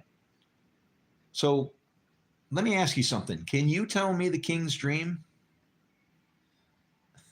Because if you can't tell me our king's dream, it's like, who are you working for, right? Like, it must be tough to not know what the dream is, because then what are you working for? How can you, when it talks about in the night watches, I saw something. It could be talking everything from in every position of a spiritual position of being literally within a dream to me looking and right now I'm looking into the night watches. The night watches to me is the world, all of it. It's night, just like Jesus said. Soon it will be night when nobody works, and that's what's happening. It's like I don't know, it's a sheep show out there. I'm seeing all kinds of things that are probably being filtered to me for cookies and whatever, but it's like the world just looks like it's being stupid from my perspective. My perspective is the news that I grab that is supposed to be coming from, I mean, it's supposed to be reputable sources, Fox and whoever. If I'm watching on this channel, my president doing things and it isn't actually happening, then I would ask that this channel should be shut down, all of them, this whole company, because they're taking and like making fake news about like a world leader. Dude, that person is a position. You might say something that could cause somebody to want to, do something terrible, right? I mean, these guys already had a couple people take a couple plugs at him. It's like, boy, Trump's got some balls, don't he? You know what it is? He probably can't wait to get out of here. Maybe that's why he's wrecked. That's why it's just gone crazy. The hell with them, these assholes. They ruined me. I got just another 5 years left, maybe. I'll leave them some shit they'll have fun trying to fix this, right? Oh no. Yeah, I don't know, walls and tariffs and things. I don't know. I just would have done things completely differently, right from the get go, right from 2020. Yeah. What I would have done was I would have said, hey, we're fighting a book. It says in here, that the wages of sin are death. I see people dying. Okay, have we done something wrong? Yeah. Well, that's fine, because then it also says that we're left a way out. So is it too late to find the way out? Well, I'm still alive. I should be able to find a way out. And I started to search the scriptures, and then what happened? Yeah, I found our way out. And I tried to tell my pastor, and he thought I was nuts. And so, yeah, go from there. Our answers are in here, all of them. But you have to be willing to just, I don't know. You can't. I don't know. I don't look as if I can even get near any of this. Like, this doesn't belong to me, right? I'm just showing you what's already written down and explaining. I'm like interpreting it to you. While we're sitting here on the earth should be flipped on its side. Everybody named Philip, and and then I show up. Hey, let me show you something here. So you're not destroying each other anymore. It's like you search the scriptures for life and for life and find death or something, right? And then it's like Jesus was literally telling them, why don't you search me? Search me, ask me how I feel about these things. Let me unroll the scroll for you. Let me bust all the seals off. Plink, plink, plink, plink, plink, plink, plink. How many was that? Plink, plink, plink, plink, plink, plink, plink.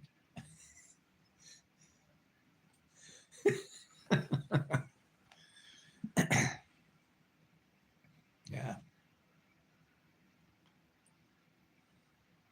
It's like 1,000 would be heaven. 9 is like angel realm, Jesus. 7, man. Grace. 4 winds. What happened on the 4th day? You're supposed to be reading Joshua.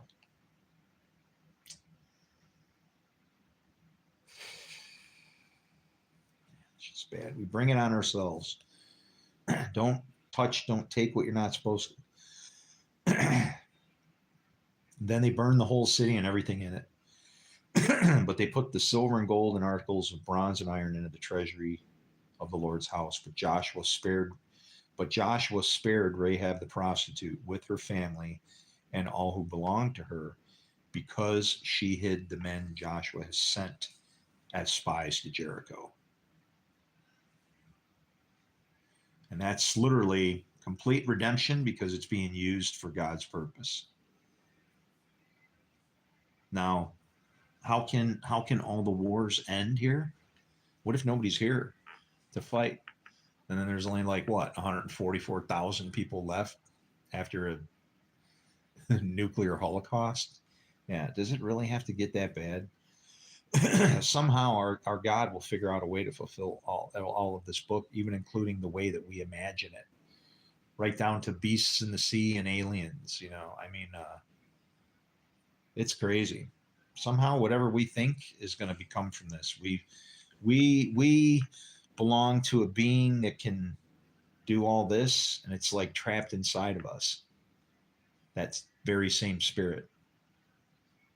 Do you grasp it then and go all crazy about it? And you know, how do you look at it? I don't look at it with any kind of you know. How do I put this? I got an itch. It's killing me right now. Stupid. One little guy back there.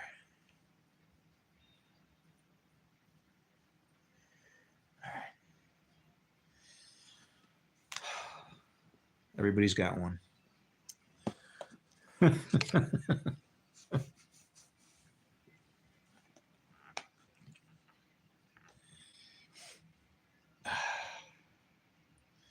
So he's giving the whole ball here, right? When the trumpet or they burn the city, put everything in the Lord's house because it all accounts towards him, right? It was if it's used for his purpose, he claims it. Iron, the reason for iron and the reason why it's the legs is because you have a right and a left leg. They also associate to good and evil. Same thing, the feet and then being mixed with the clay and everything. Flip the statue upside down, or in the least, replace the feet with the hands. Okay. Just swap them around. And now, what can you see it now? Can you see a potter making something in his two different arms of iron? And then where's the bronze? The bronze then would be here. Okay. And then what do you have? You have your belly.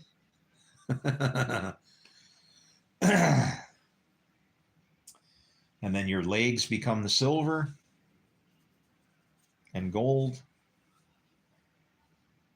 And then the tree of life is found on both sides of the river because you're on the narrow path. And then you become the tree of life. It's like a riddle. And everything lines up. But if you can imagine, iron and clay don't mix. Well, but God's iron rule actually does form the clay, no matter what the clay one cares about it, And that's what Jesus came to teach was, he works through two arms, right? To whom has the arm of the Lord been revealed? If you can reveal the arm, this arm, the one with the snake around it, okay, then you should be able to heal the withered hand as well. Because then that hand should be able to work. But you got to understand what the snake is for, right?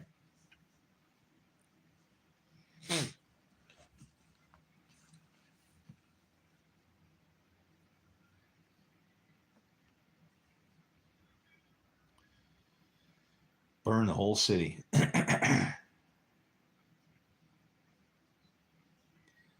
So she spared her and her family because she hid the men. And she lives among the Israelites to this day.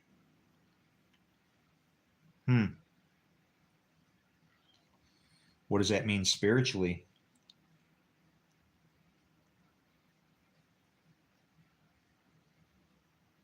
Ra-ab.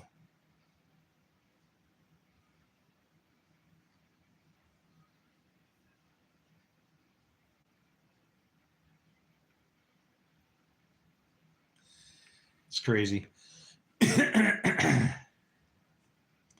can't wait to sit down and really dig into some Hebrew, and then I can then I can go, oh yeah, okay. And I can dissect it even more, but it's like, I see enough of it to see what it means, man. We're so jacked up here. We're in bad shape. Hi. There goes, I forget what her name is.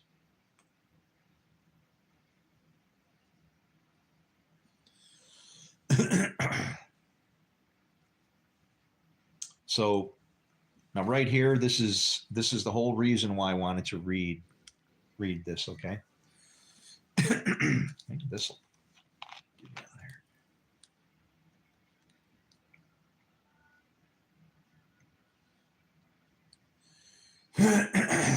here. Sinuses drain all night long.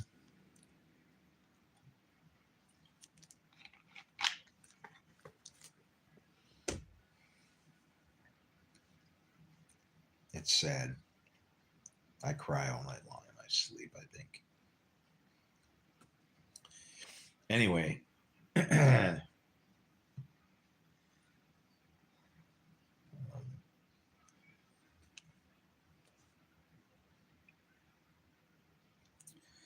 so this is very, very interesting what he says here,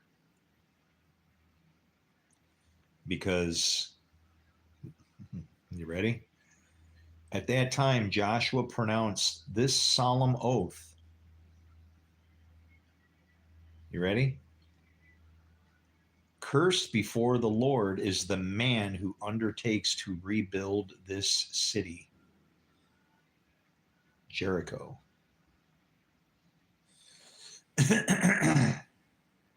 um,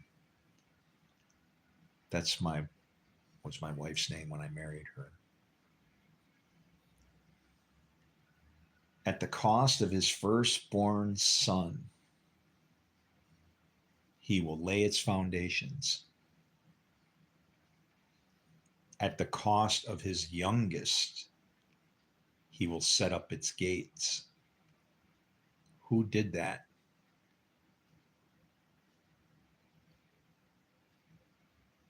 Didn't God do that?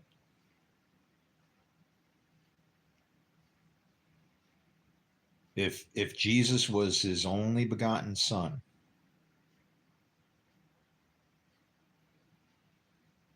at the cost of his firstborn son, he will lay its foundations. And see, that was what Jesus was trying to do. He was trying to teach us about the foundation stone of evil that was rejected. Because this hand is the left hand.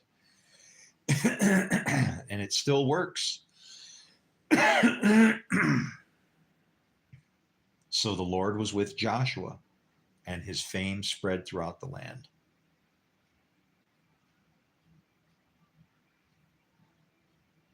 Fame? It just doesn't sound right. Unless he's talking about the Lord's fame, that would be okay. But I would expect that they would have capitalized the his then, like they typically do. Did people realize that Hebrew has no capital letters? They go capitalizing Lord and even Adonai, you know. Adonai probably would be better related to the Son of Man because it's like a spiritual relation. And in all the irony, what does it say? Add an I. Don't poke your eye out. Those things are all through this book. The book of Job is about Satan's Job. Oh no, it's about Satan and his job, and Job, who doesn't know about Satan's job yet. But when he does, then he'll be doubly blessed. See? Then he'll all of his children will count again. Remember? Your offspring, your works, your fruit. Yeah. Boy, have we taken a book to destroy each other really well, haven't we?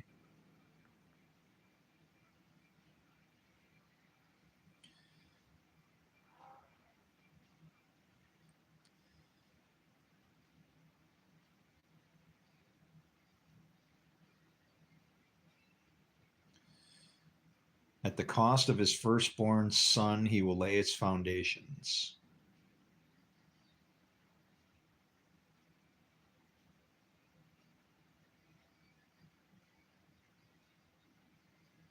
And it makes me wonder. See, when I met my wife, I woke up and had a vision one morning. I took a picture of it. I take pictures of my visions because if I can see it, then I should be able to take a picture of that what I can see and show it to somebody. And you're like, well, what could you possibly see? Well, I've got pictures of clouds where I can see a king. And if I took a if I printed it out and then took a pen, it's almost like a paint by number. I could just go and you go, oh yeah, that's a king sitting on a throne. Oh, it'd be so easy for me to draw. I mean, really, I could be the best artist ever. Just take a picture of something and then all the stuff you see, you just start highlighting it. That's what we do for God. Okay. He presents it, we see the thing, and then but if we don't work for him, then it's like then we're working for death or something. We're working against him.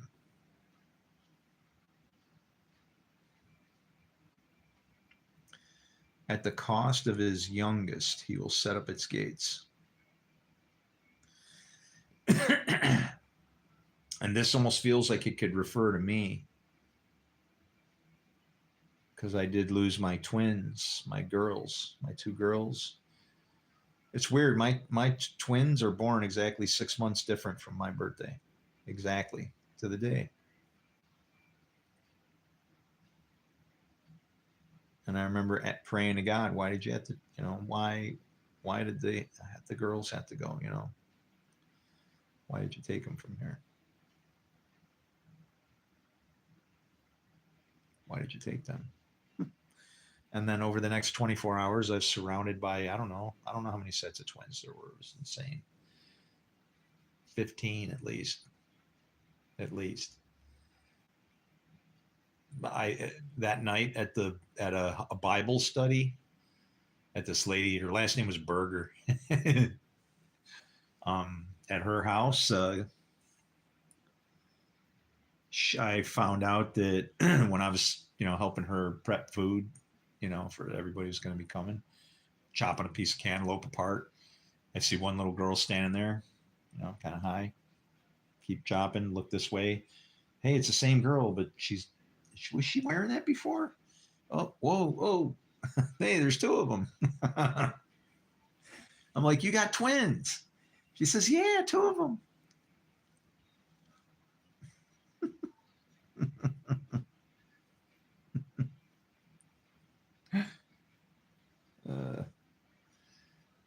And I'm like, wow, I have twins too. And I didn't tell her that mine had passed away, right?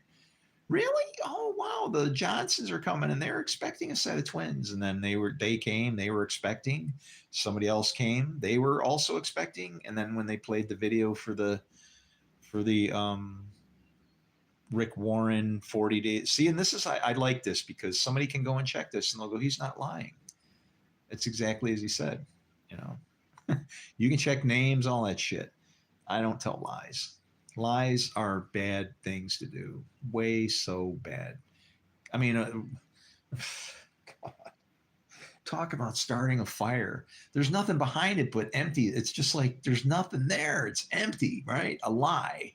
It has no potential for substance except for possibly disaster. You don't even want to lie for good reasons, because it could backfire on you, right? Hence Rahab and a crazy bloodline. I'll bet you we could trace Jesus' bloodline back to all the whys that had happened. And you can. Because now you can see it now. But look you can see where it wasn't supposed to be right there, man. In Deuteronomy. So if in Deuteronomy 23:4, if that was there, and God already knew what was going to happen, right? They already did. But if it was Deuteronomy 23:4, no Moabites, then what we got to realize is something more than just not helping them happened there, right? And so what does it say? The Ammonites and the Moabites did not give you bread and water, okay, that's kind of like, water and wine, bread and wine, okay, that's kind of like the word, literally to help you through the word. They didn't seem to be of a help to you or something as you left. They weren't a help, but that's saying water and wine as you fled Egypt. So what do those names then mean? What does Ammon mean? And what does Moab? Moab has that half dad thing again, that AB in there. What does, what does AB mean in Hebrew, right? I got to go to the library.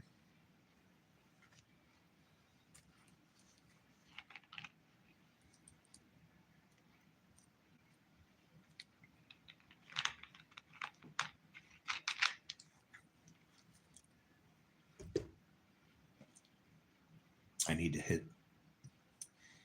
to hit the archives.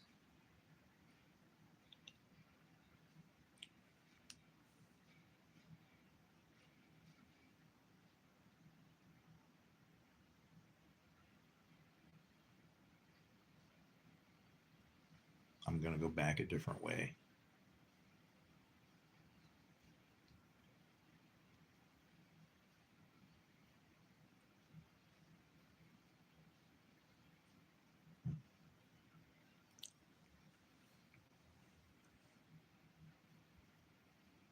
So that's like pretty rough.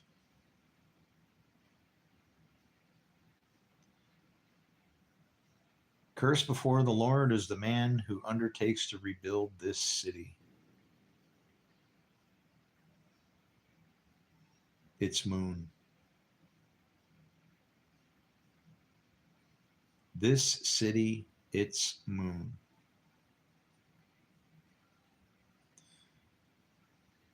So then here we go with Achan, right? But the Israelites acted unfaithfully in regards to the devoted things. Well, it's kind of funny. They did, but they didn't, right?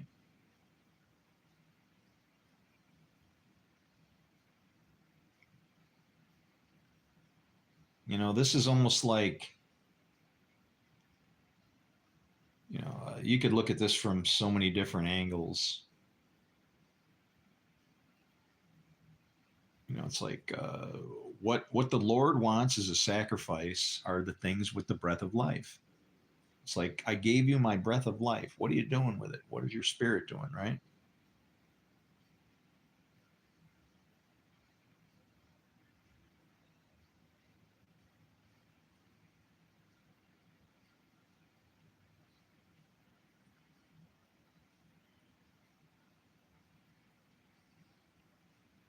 And he has to redeem it somehow.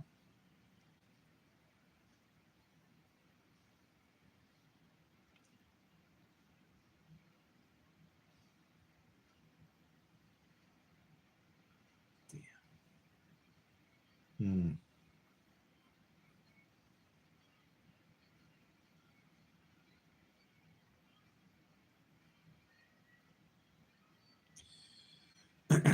Anyway, so Achan means disaster. But the Israelites acted unfaithfully in regards to the devoted things, although they swore oath with Rahab.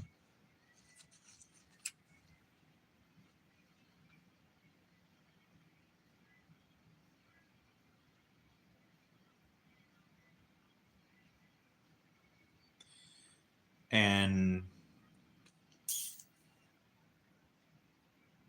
does it say who Rahab? Uh, did she have a people or anything? Was she Jerichoan? Jerichoan.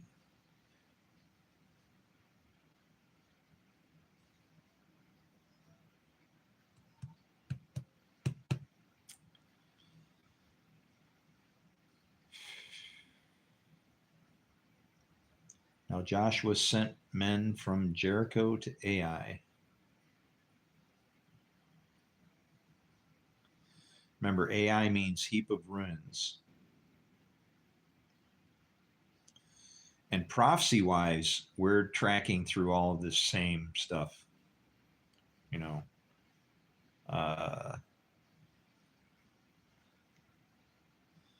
its moon was already destroyed. You know, that's the woman. That's when the law could have saved us or helped us at the end of the 400 after we struck the covenant in 1620. 400 years. And then the thief shows up.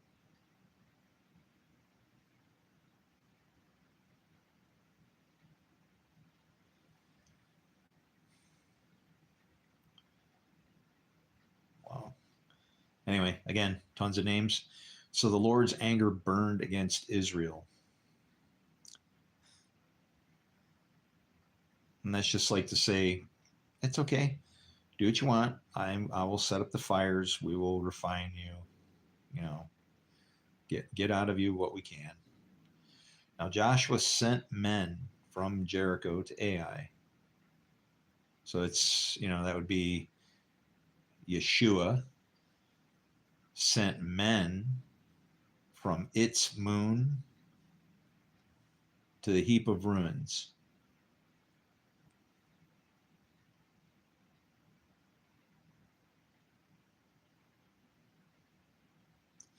Remember, the moon represents the lesser light. So that would be like the church to Jesus. It almost speaks of like ministry work right there. Joshua sent men from Jericho to Ai, which is near Beth Aven, to the east of Bethel, the house of God, and told them, go up and spy out the region. So the men went up and spied out Ai.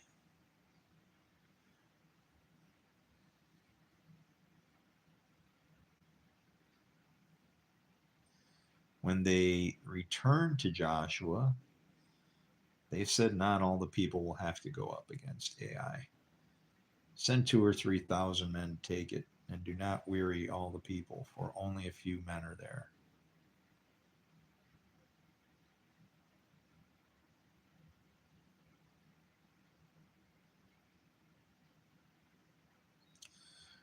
Okay, so here's the lesson that we learn here. Again, remember, 3 combined with 1,000.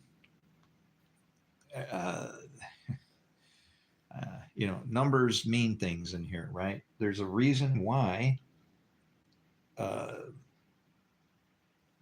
Samson. Does anybody realize that Samson means sunshine? His name is like means light, but he's so screwed up. And what does he do? It's like the comical thing is, how can sunshine be blind, right? But he was. And what happens when when the light is turned off, you're seeing but not seeing. You're literally gonna not be able to understand the left and the right, the good and the evil. You won't understand what they are. You'll knock your own temple down, and you'll kill everybody else even around you. You're just begging for destruction. And that's what that was talking about in Samson. This is like almost the same thing.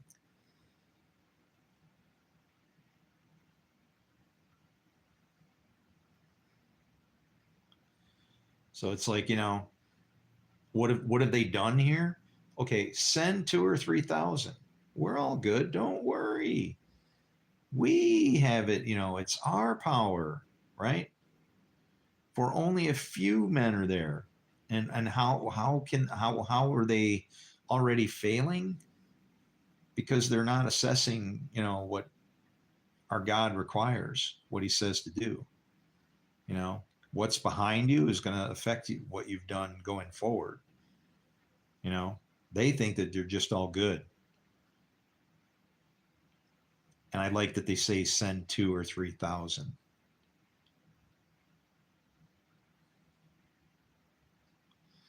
So about 3,000 men went up, but they were routed by the men of Ai. Now, why would they be routed by so few men? Okay, so this is where the names of houses and things come into play, right? Like when it talks about you're the house of Israel, you're the house of Jacob, the house of David, or how about we jump into Zechariah then? We'll just say, the house of David and his wives, the house of Nathan and his wives, the house of Levi and his wives, the house of Shimei and their wives, right? And all the other wives, husbands and their wives, right? Why does it pick these four out of the group like that? It's because that the name actually defines things about the character traits and stuff like that. So, the fact that this person is of these guys are of the house of Ai, I guess you could say. They're people of the land of Ai. Uh, have you ever gone up against somebody that can manage chaos? Like there are people that can manage chaos, and you can get at that from every level. Uh, there's a man. His name is Dr. Stephen Covey. Okay, he used to go to church that I went to, and unfortunately, he died in a bicycling accident of all things, if you can imagine. I know exactly where I was when I heard the news. I was out getting a damn tank of propane. My clock is striking 12. Stephen Covey, yeah. He had the 7 habits of highly effective people. And he talked about, crisis managers or, he says, oh, forget it, man. You want to know what his thing was? He used the power of God. Just let it burn down, rebuild from the ashes. He's like, that ain't my job. I'm not here to do that. And he died in a bicycling accident because he wasn't wearing a helmet, I think. Or he banged his head or something.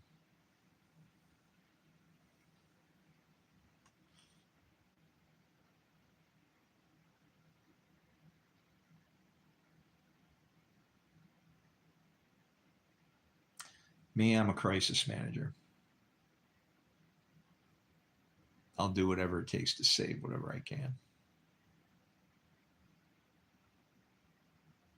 It's just kind of built into me. Doesn't mean I'm a hoarder, but at times it might, you might see me saving the planet from throwing plastic into it. So what do? I compress it into solid blocks of 15 pounds of plastic, and then I just stack it over here. It's amazing how you can reuse so many things, though. All these little containers and bags, and I don't know. We just treat the place like it's disposable. Yeah, God will just make us another one sometime later. No big deal. Perhaps he will.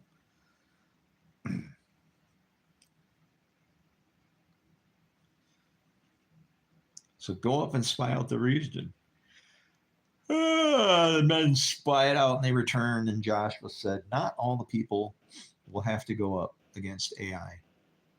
Send 2,000 or 3,000 men to take it, and do not weary all the people, for only a few men are there. And it's kind of like, why wouldn't it be easier to just show up? If you all showed up in a big pile, they just would have went, okay, we quit, right?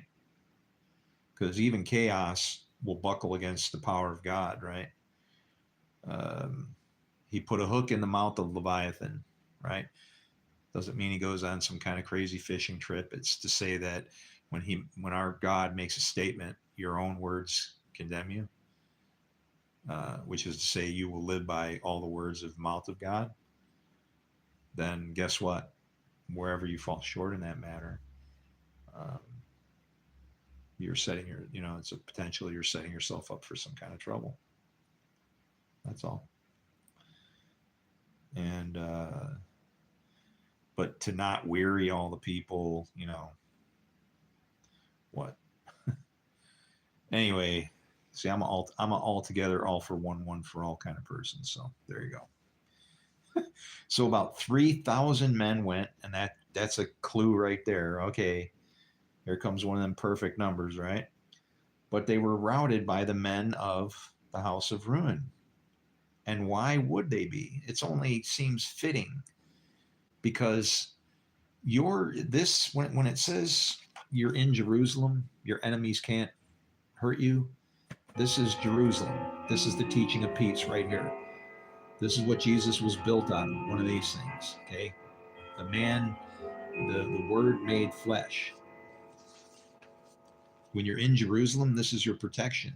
You stray outside its boundaries, what happens? Now you're up against the law. Remember, there's a sword you're dancing with there. Okay, it's either in your hand or it's on the other side, and you're butting up against it, and it will appear and try to block you in your path. If you can catch it before things get nasty, you're better off. Okay.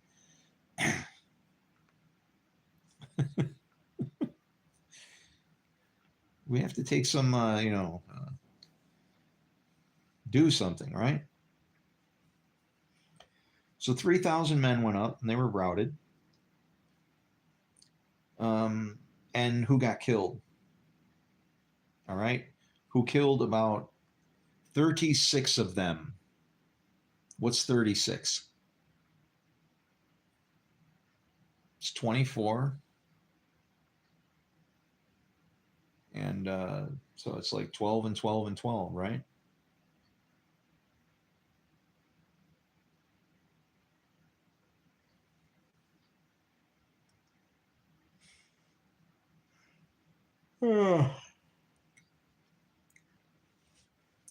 It's almost like to say you're on your own.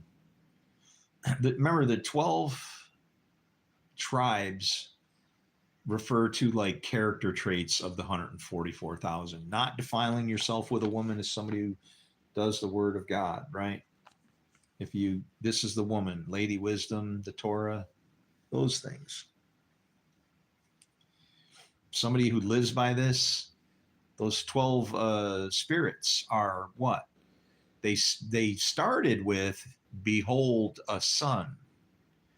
What you should notice is in the book of Revelation, Judah is thrown up in place there at first.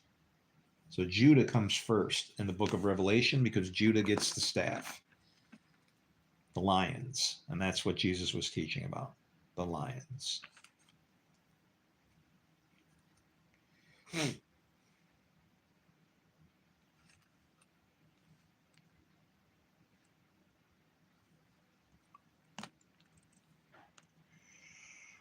Boom! Opened it right to it. And where is it? Where do you find the 144,000? Where would you expect to find it if man could bust the Bible apart and plug in numbers to it? How about 14? Then I looked, and there before me was the Lamb standing on Mount Zion. Pow, pow, pow, right? Okay. Now that's the 144,000.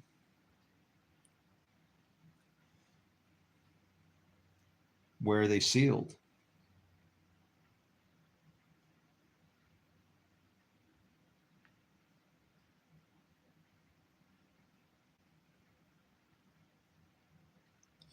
No one could learn the song except the 144,000 who had been redeemed from the earth. It's like, those are like all the spirits that you are. Reuben, behold a son, and then ultimately, what's the last one? Benjamin, a son of the right hand versus maybe a son of the left hand.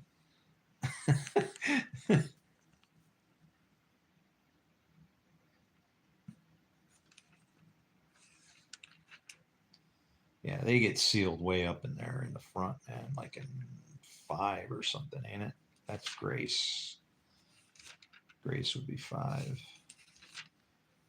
The scroll and the lamb. The seals, 7. There you go. 7 is a complete number, seal. Where do you find the 104, the 14.4 sealed? There you go. Does anybody realize that that used to be the speed of a modem? 14.4.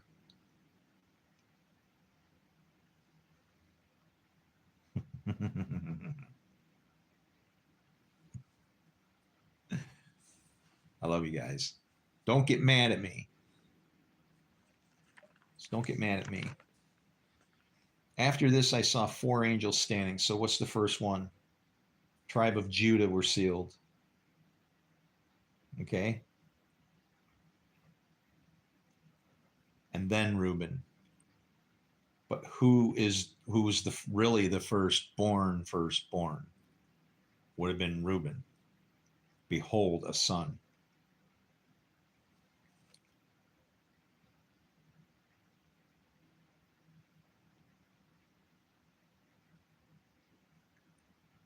Issachar, does Issachar mean double ash heap?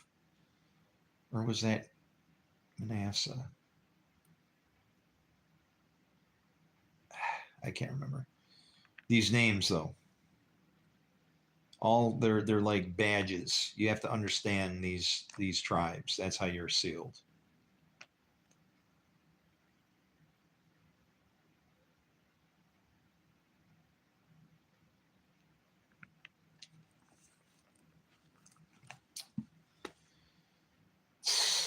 Anyway, so the 36 of the Israelites get killed. It's like almost like what it would be like a day and a half as to 3 days. It's like here we are again. Halfway serving our Lord, right? He can't come back and get us if we do wrong.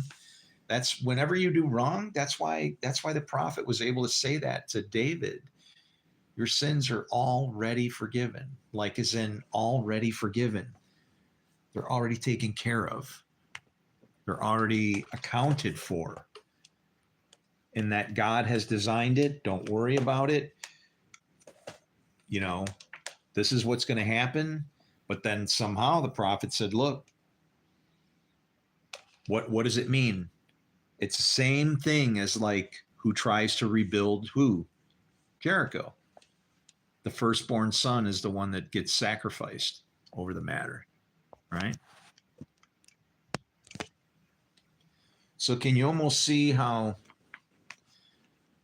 in this way, if God made all these rules and people from Israel are swearing all these covenants of curses, throwing curses and stuff like that, can you imagine our God trying to maneuver around these foul things to make it so that he can claim as much of his people as he can in the end, right? Okay, and he's like, all right, now I got to do this. Now I got to do that, right? And ultimately it came down to like what? Jesus was, Jesus fell into this curse, if you really think about it, right? I mean, granted, this city, this is talking about Jericho, but the structure of it itself, we're trying to rebuild Jerusalem, right? Isn't that what we're trying to do? And to me, that means teaching a peace. That's not a place. But regardless, in regards to Jesus, look at the cost of his firstborn son, he will lay its foundations. At the cost of his youngest, he will set up its gates. Now, to set up its gates, those gates to Jerusalem are already set up. That's what Jesus was talking about. The gates of hell will not prevail. But there's 2 doors to get into the temple, guys. Okay? Yeah. So the Lord was with Joshua, and his fame spread throughout the land. It's like that's what happens to me when I start reading this book. I just see it so interwoven and connected everywhere. Oh, yeah. I think that's why I'll be reading it, and then it's just like, and it's like, and then I just feel like, like I get dizzy or something. It's like, man, it's just sucking the freaking life out of me. Yeah. What I'm gonna end up doing is I'm gonna end up setting this thing down. I'm just gonna run as far away from it and you and all of you and go hide somewhere, and you guys can go do what you got to do. I don't want no part of it. I'm frightened. They chased the Israelites from the city gate, okay, as far as the stone quarries. Perfect. And struck them down, what? On the slopes. In other words, where Israel should have been going up the slopes, they were headed in the other direction. At this, the hearts of the men or of the people melted and became like what? Water. Perfect. Now we can start again. Whenever there's water, it's like it's opportunity, right? So I don't know. Water is a good way to put your heart becoming like water, because water is malleable. Water can be blood. Water can be a stone. It can be hail, right? That's like God's, what the sign of hail and burning hail is his word, his what's living water is like so rock solid, rock solid, rock solid stone frozen, froze stove and rock solid stove frozen.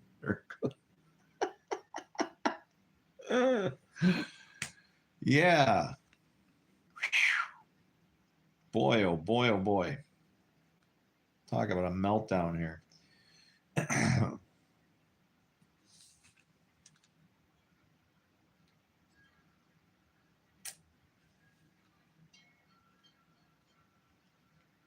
Man, just bad, right?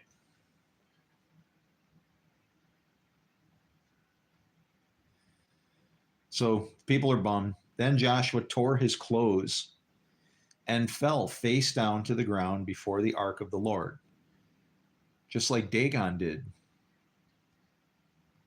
Dagon was serving before the ark, right? And then when they stood him up, well, that's the statue again, right? What do you remove from the statue if it's not serving you? Well, you stop it at the door. You break off the head and the hands, right? Those arms aren't mine. That fruit ain't mine. You don't belong anymore. That's what happened to Dagon. So he's before the ark, remaining there till evening. Why did he leave then? The elders of Israel did the same. Okay. And sprinkled dust on their heads. And Joshua said, Ah, sovereign Lord, why did you ever bring this people across the Jordan to deliver us into the hands of the Amorites to destroy us? Now, you sent 3,000 and you failed. You can still go and just slam them like you should. It's like you lost one battle, but what's the problem? You're feeling bad because a few guys were able to run you off, and well, they're chaos managers, and the only way to manage chaos is through this book. Okay. The book always wins.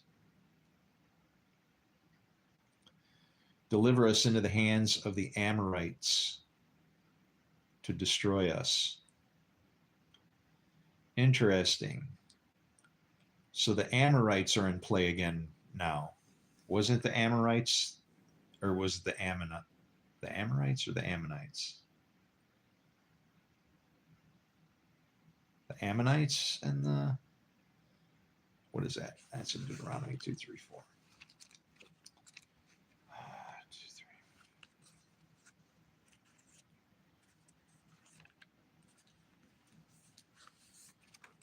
See, because them not bringing water is more than just bringing bread and water. It's kind of like that raven thing, They weren't fed by them. You know, they kind of can't count because they didn't count, but if you can adopt them in and make them serve you, well, then that's different, right? Uh, Various laws.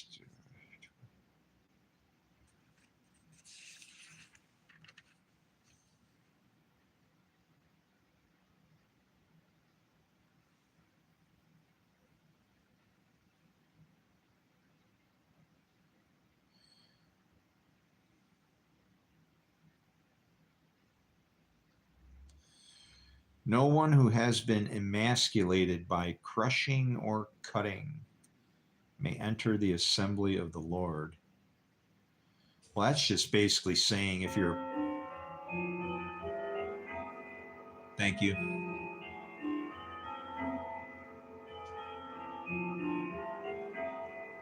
How many?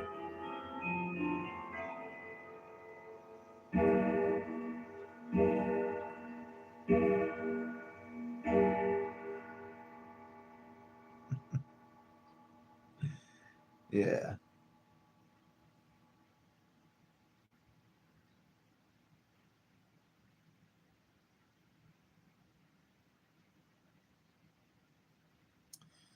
Okay. Exclusion from the assembly. You ready?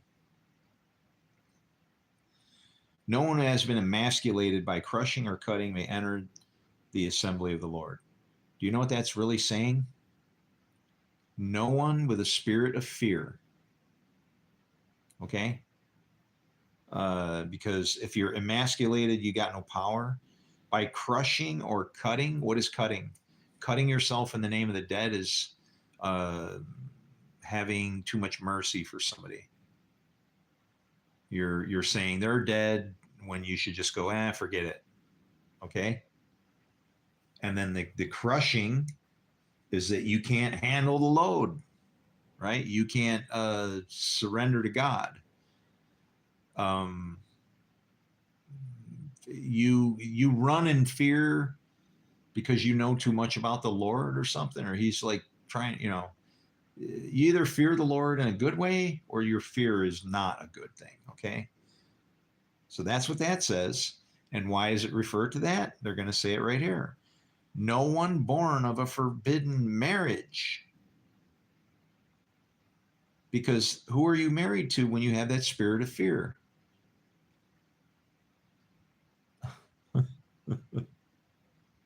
Who's your father, right? Nor any of his descendants may enter the assembly of the Lord, even down to the what? How many? Oh, perfect. 10th generation. And there it is. It was an Ammonite, not an Amorite. I knew it was an Ammonite. No Ammonite or Moabite. And what does Moab? I got to find out these words, man.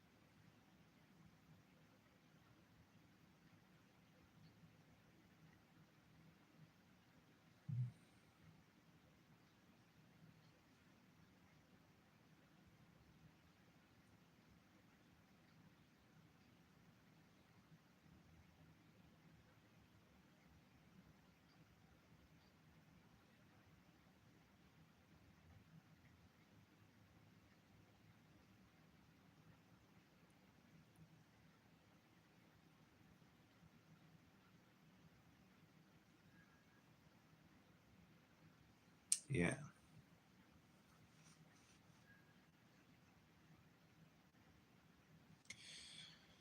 No one born of a forbidden marriage. No Ammonite or Moabite or any of his descendants may enter, even down to the 10th, for they did not come to meet you with bread and water on your way when you came out of Egypt. And that's like just to be of the bare minimum of anything. That's an anger policy. They didn't help you, so they can't, they don't belong. In other words, don't take on excess baggage. Right? Does that make sense? Can you understand it maybe that way? Don't lash out at them. You don't need to do anything. But look, they didn't help you either. So, and then he gets bad. They hired Balaam, son of Beor from Pethor, to pronounce a curse on you. So it's like they even went even beyond, right?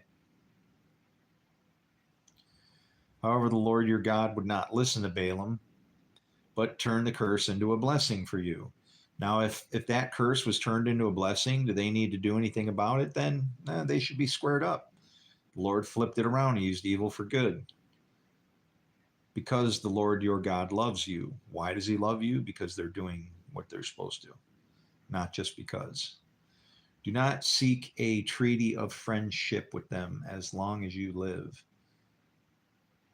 Do not abhor an Edomite, for he is your brother.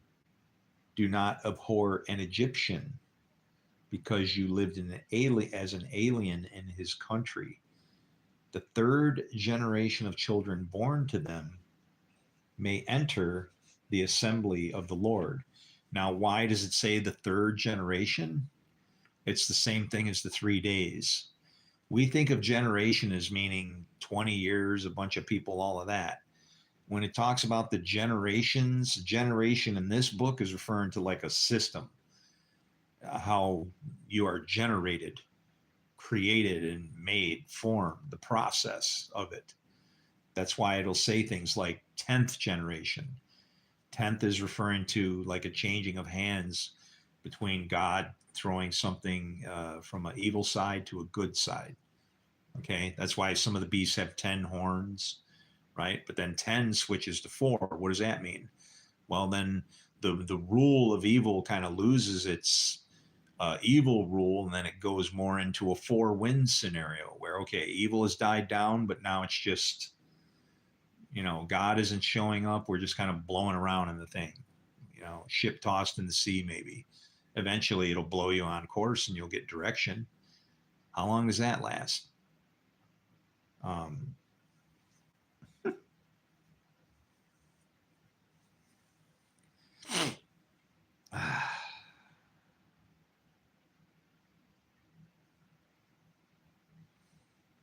it's all symbolism, and we shouldn't be fighting over it. It has done everything to us as it promised because we fight over it. It's very interesting.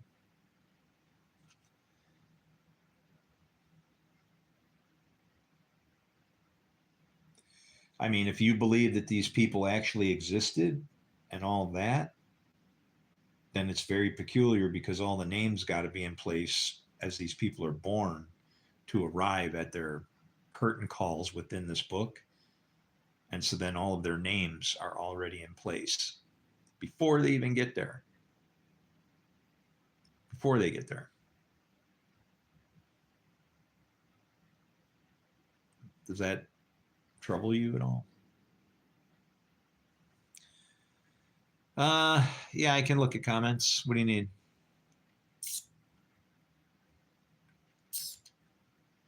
I check every once in a while to see if they jump or move. They get locked up or whatever every once in a while. I gotta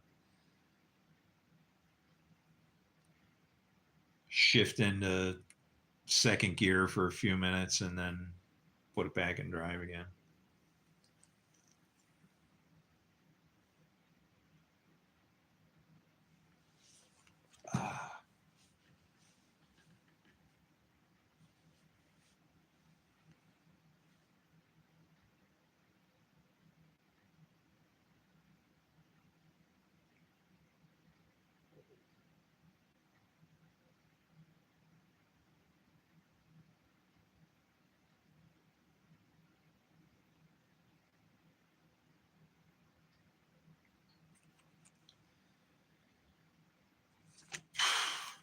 Anyway, so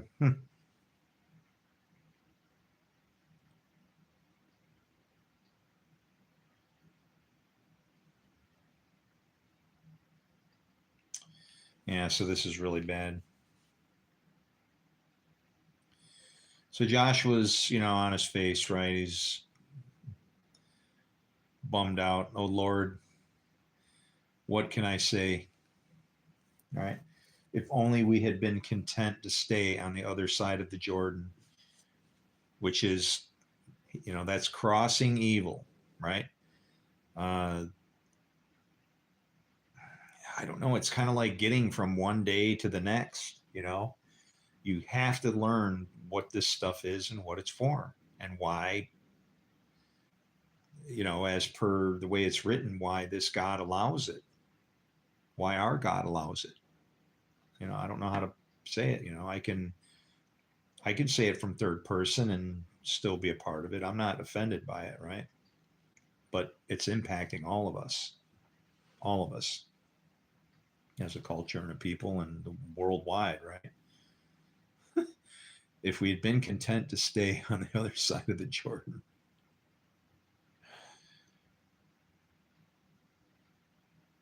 I say now that Israel has been routed by its enemies. The Canaanites and other people of this country will hear about this, and they will surround us and wipe out our name from the earth.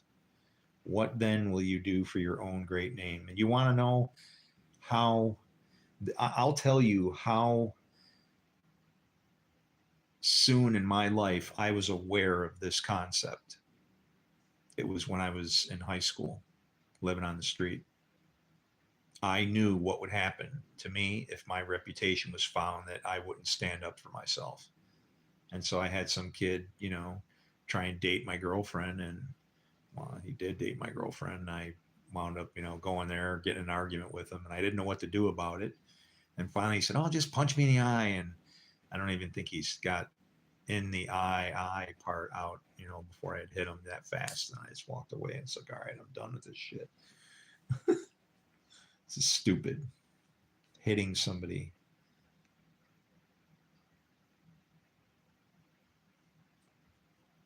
There, you're paid back.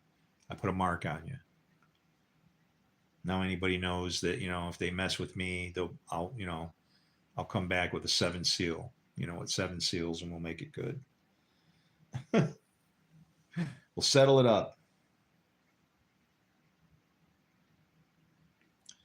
Man. And so what happens? I mean, it's pretty good. Joshua lays it on the line, and I say these same prayers all the time. It's like, why won't you let me help? Am I that messed up?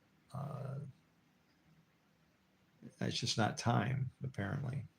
But I don't see where, I know that this is in our hands, so it's hard.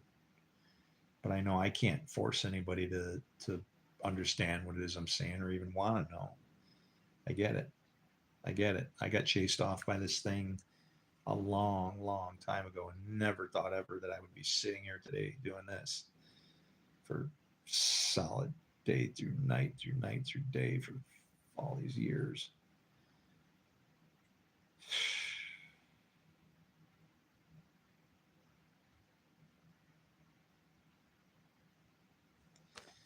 I'm fucking tired.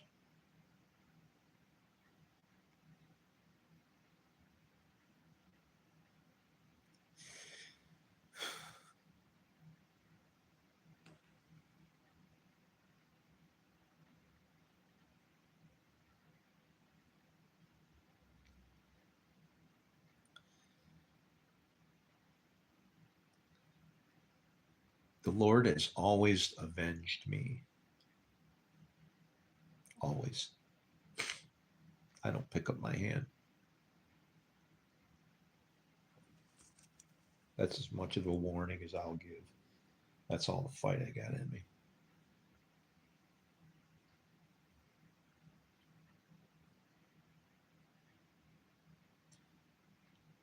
The Lord said to Joshua, "Stand up. What are you doing on your face?" Israel has sinned. They have violated my covenant, which I commanded them to keep. They have taken some of the devoted things. They have stolen.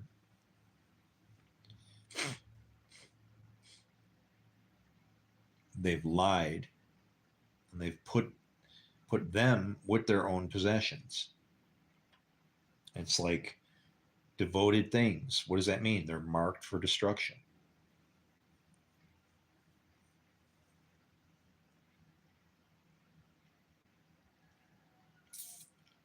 That's the flock that, that's supposed to be shepherded.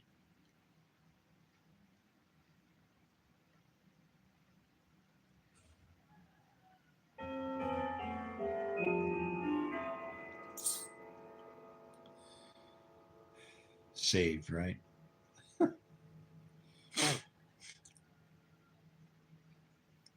Yeah, you don't want to shepherd that flock because then you're the one leading them to destruction.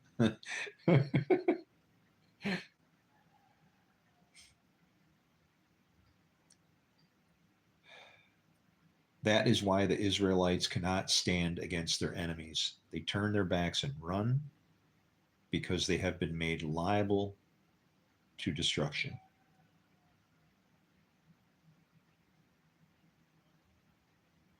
And what does that mean?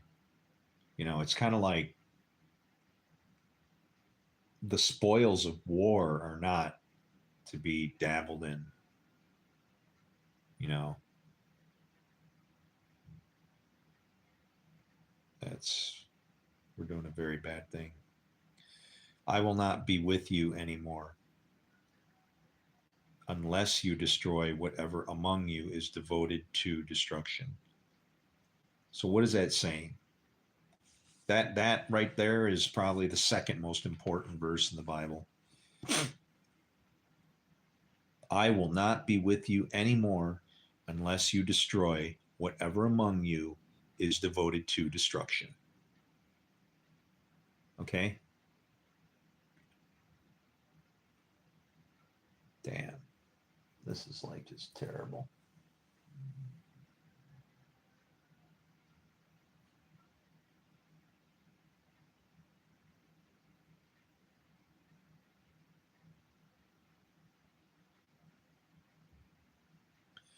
Go consecrate the people. Tell them, consecrate yourselves in preparation for tomorrow.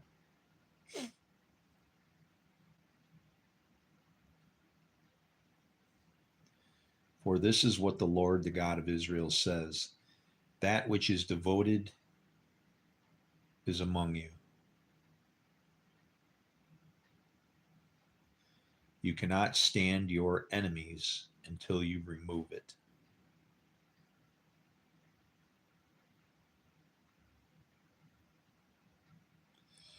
It's like having two, I don't know how to explain that.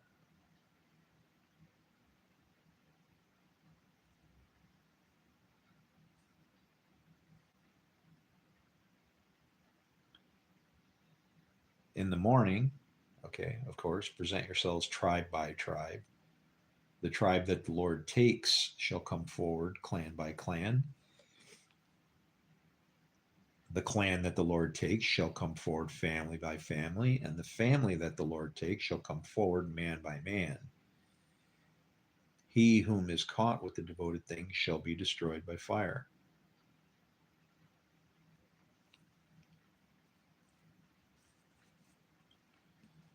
Okay?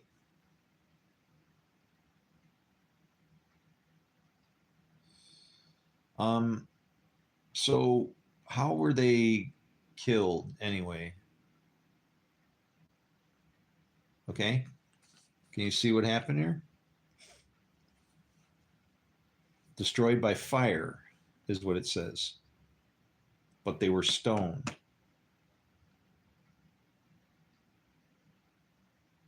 Are the stones fire? Is there fire in the stones? Yes. He who is caught with the devoted thing shall be destroyed by fire, along with all that belongs to him. He has violated the covenant of the Lord and has done a disgraceful thing in Israel.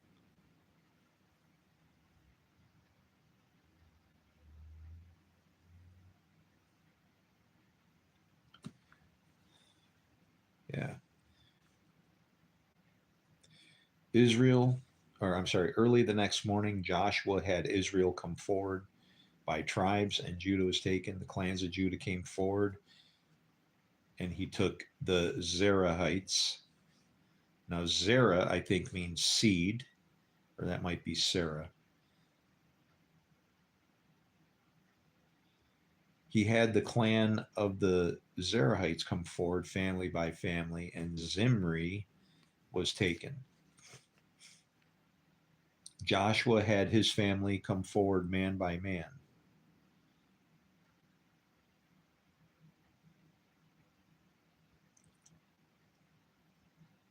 And Achan, son of Carmi, the son of Zimri, the son of Zerah, and that's Zerah. That's got evil in it. So this kid's name is Disaster.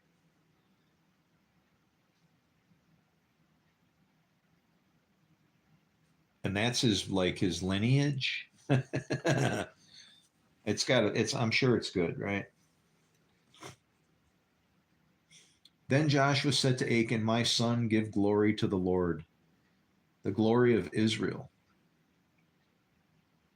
God prevails. And give him the praise. Tell me what you have done. Do not hide it from me. And that's to say that, what has the Lord done? He did whatever he did through that person. So to give him glory is to say, look at whatever you have done. The honest thing is to say, what has he used what have you used his spirit to do, kind of thing, right?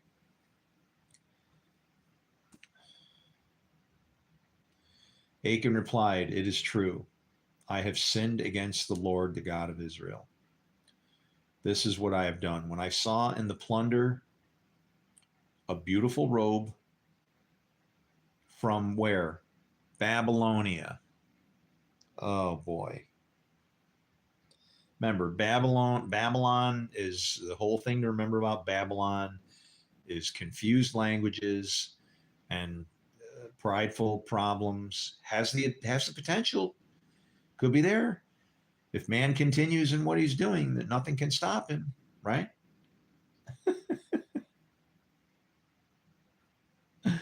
But then our languages get confused, Baptists, Lutherans, Jehovah's Witnesses, Mormons, Gentiles. Yeah. Boy, what a melting pot, ain't it? So he picks a beautiful robe, which is a garment. Now remember, that's to cover, your garment is like a sign of, it should like your cloak and shows who you are. It's almost like a mantle for a prophet. It's more important than just, whatever it is that you're just happen to throw on, right?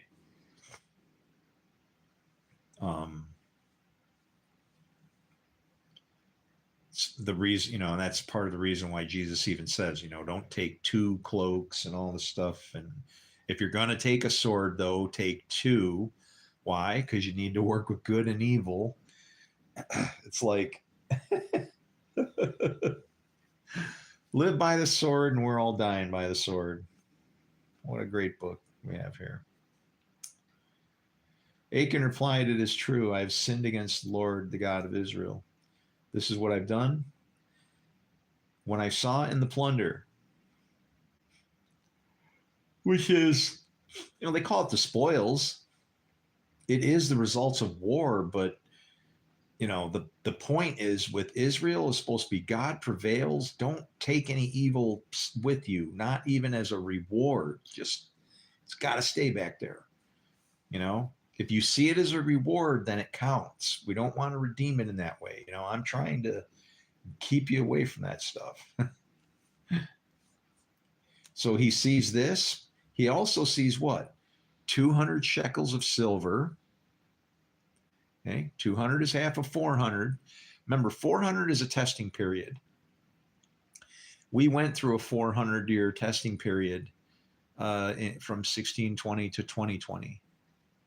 Israel went through a 400-year testing period between, I don't know, whenever it was 400 years before Jesus showed up. That's that quiet zone period, right? We're getting ready for that again. So 200 of silver, that's works. So that's your testing zone. And then 500 of or 50 of gold. Well, if it's, and then what did he get? Was it, he couldn't have been carrying talents, right? And a wedge of gold weighing 50 shekels. Nice. And it's even a wedge. I coveted them and took them. Okay. So, and then the gold is like, it's like think of Babylon as like a language, like this is our language as well. Those would be like components of his language. It'd be a half truth because he's only got 200 shekels. Okay. He's of silver. All right. And a wedge of gold, which is interesting that it's a wedge, but it weighs 50 shekels instead of 100. Right. I don't know if it's a wedge, it's not formed right. You know what I mean? It's kind of strange. A wedge of gold. Weird. It sounds more like cheese, which then could be related to milk and then the word and so on. But that's all this book is about. I coveted them and took them. They are hidden where? In the ground inside my tent with the silver underneath.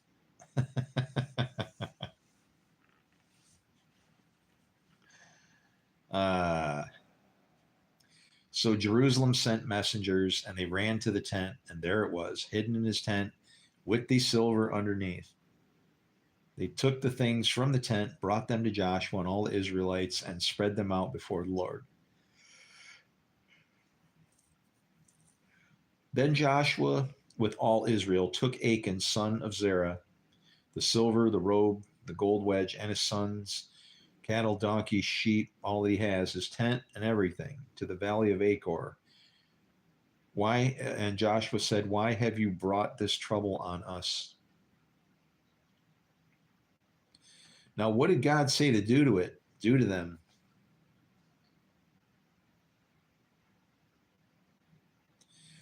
Unless you destroy whatever among you is devoted to destruction. Da, da, da, da, da, da. In the morning, present yourselves tribe by tribe. The Lord come forward. He who is caught with the devoted things shall be destroyed by fire, along with all that belongs to him. Okay. Now it says to destroy him by fire. What is fire? The word of God, maybe rebuke coming out of somebody's mouth, right? That's the fire that he should have been destroyed by, not stoned. Okay. Or burning all his stuff up. But that's the point, is what happened here. You don't want to mess with like a half truth, right? So they found him, and they found him, the robe, the gold wedge, his sons, daughters, his cattle, donkeys, sheep, his tent, and all that he had to the valley of Achor. The Lord will bring, so why have you brought trouble on us? The Lord will bring trouble on you today. Then all Israel stoned him. After they had stoned him, after they had stoned the rest, they burned them.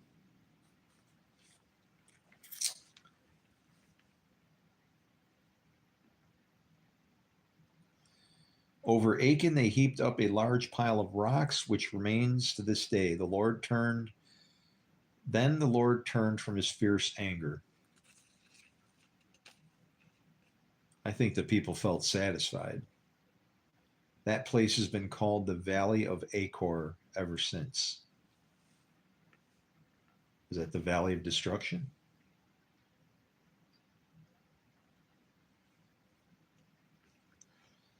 So then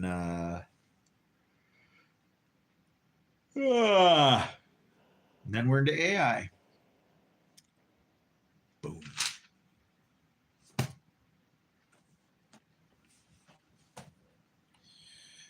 Are we having fun yet?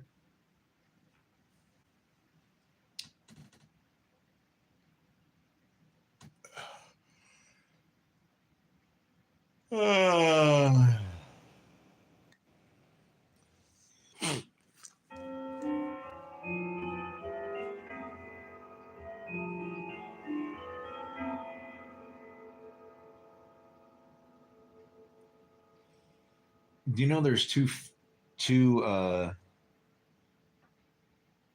fathers that we serve as gods, right? There's the one who is God and the one who thinks he's God. It's like every time a commandment is broken, that person shows themselves to be God. And so, and there's two gods. There's God and someone who is with God, you know, God with us, Emmanuel. Or it's like an anti-God, you know. And then who are those people? Well, those are the many. So we need to make a covenant with the many. That's all I can say. And there's a lot of them.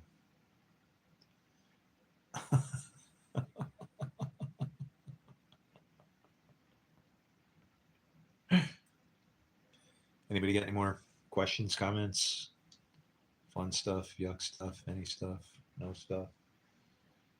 Had enough? I've had plenty enough.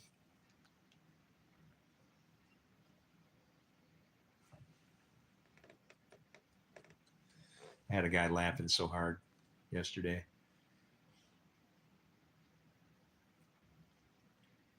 I told him I was so busy if it costs a penny to take a crap, I couldn't fart.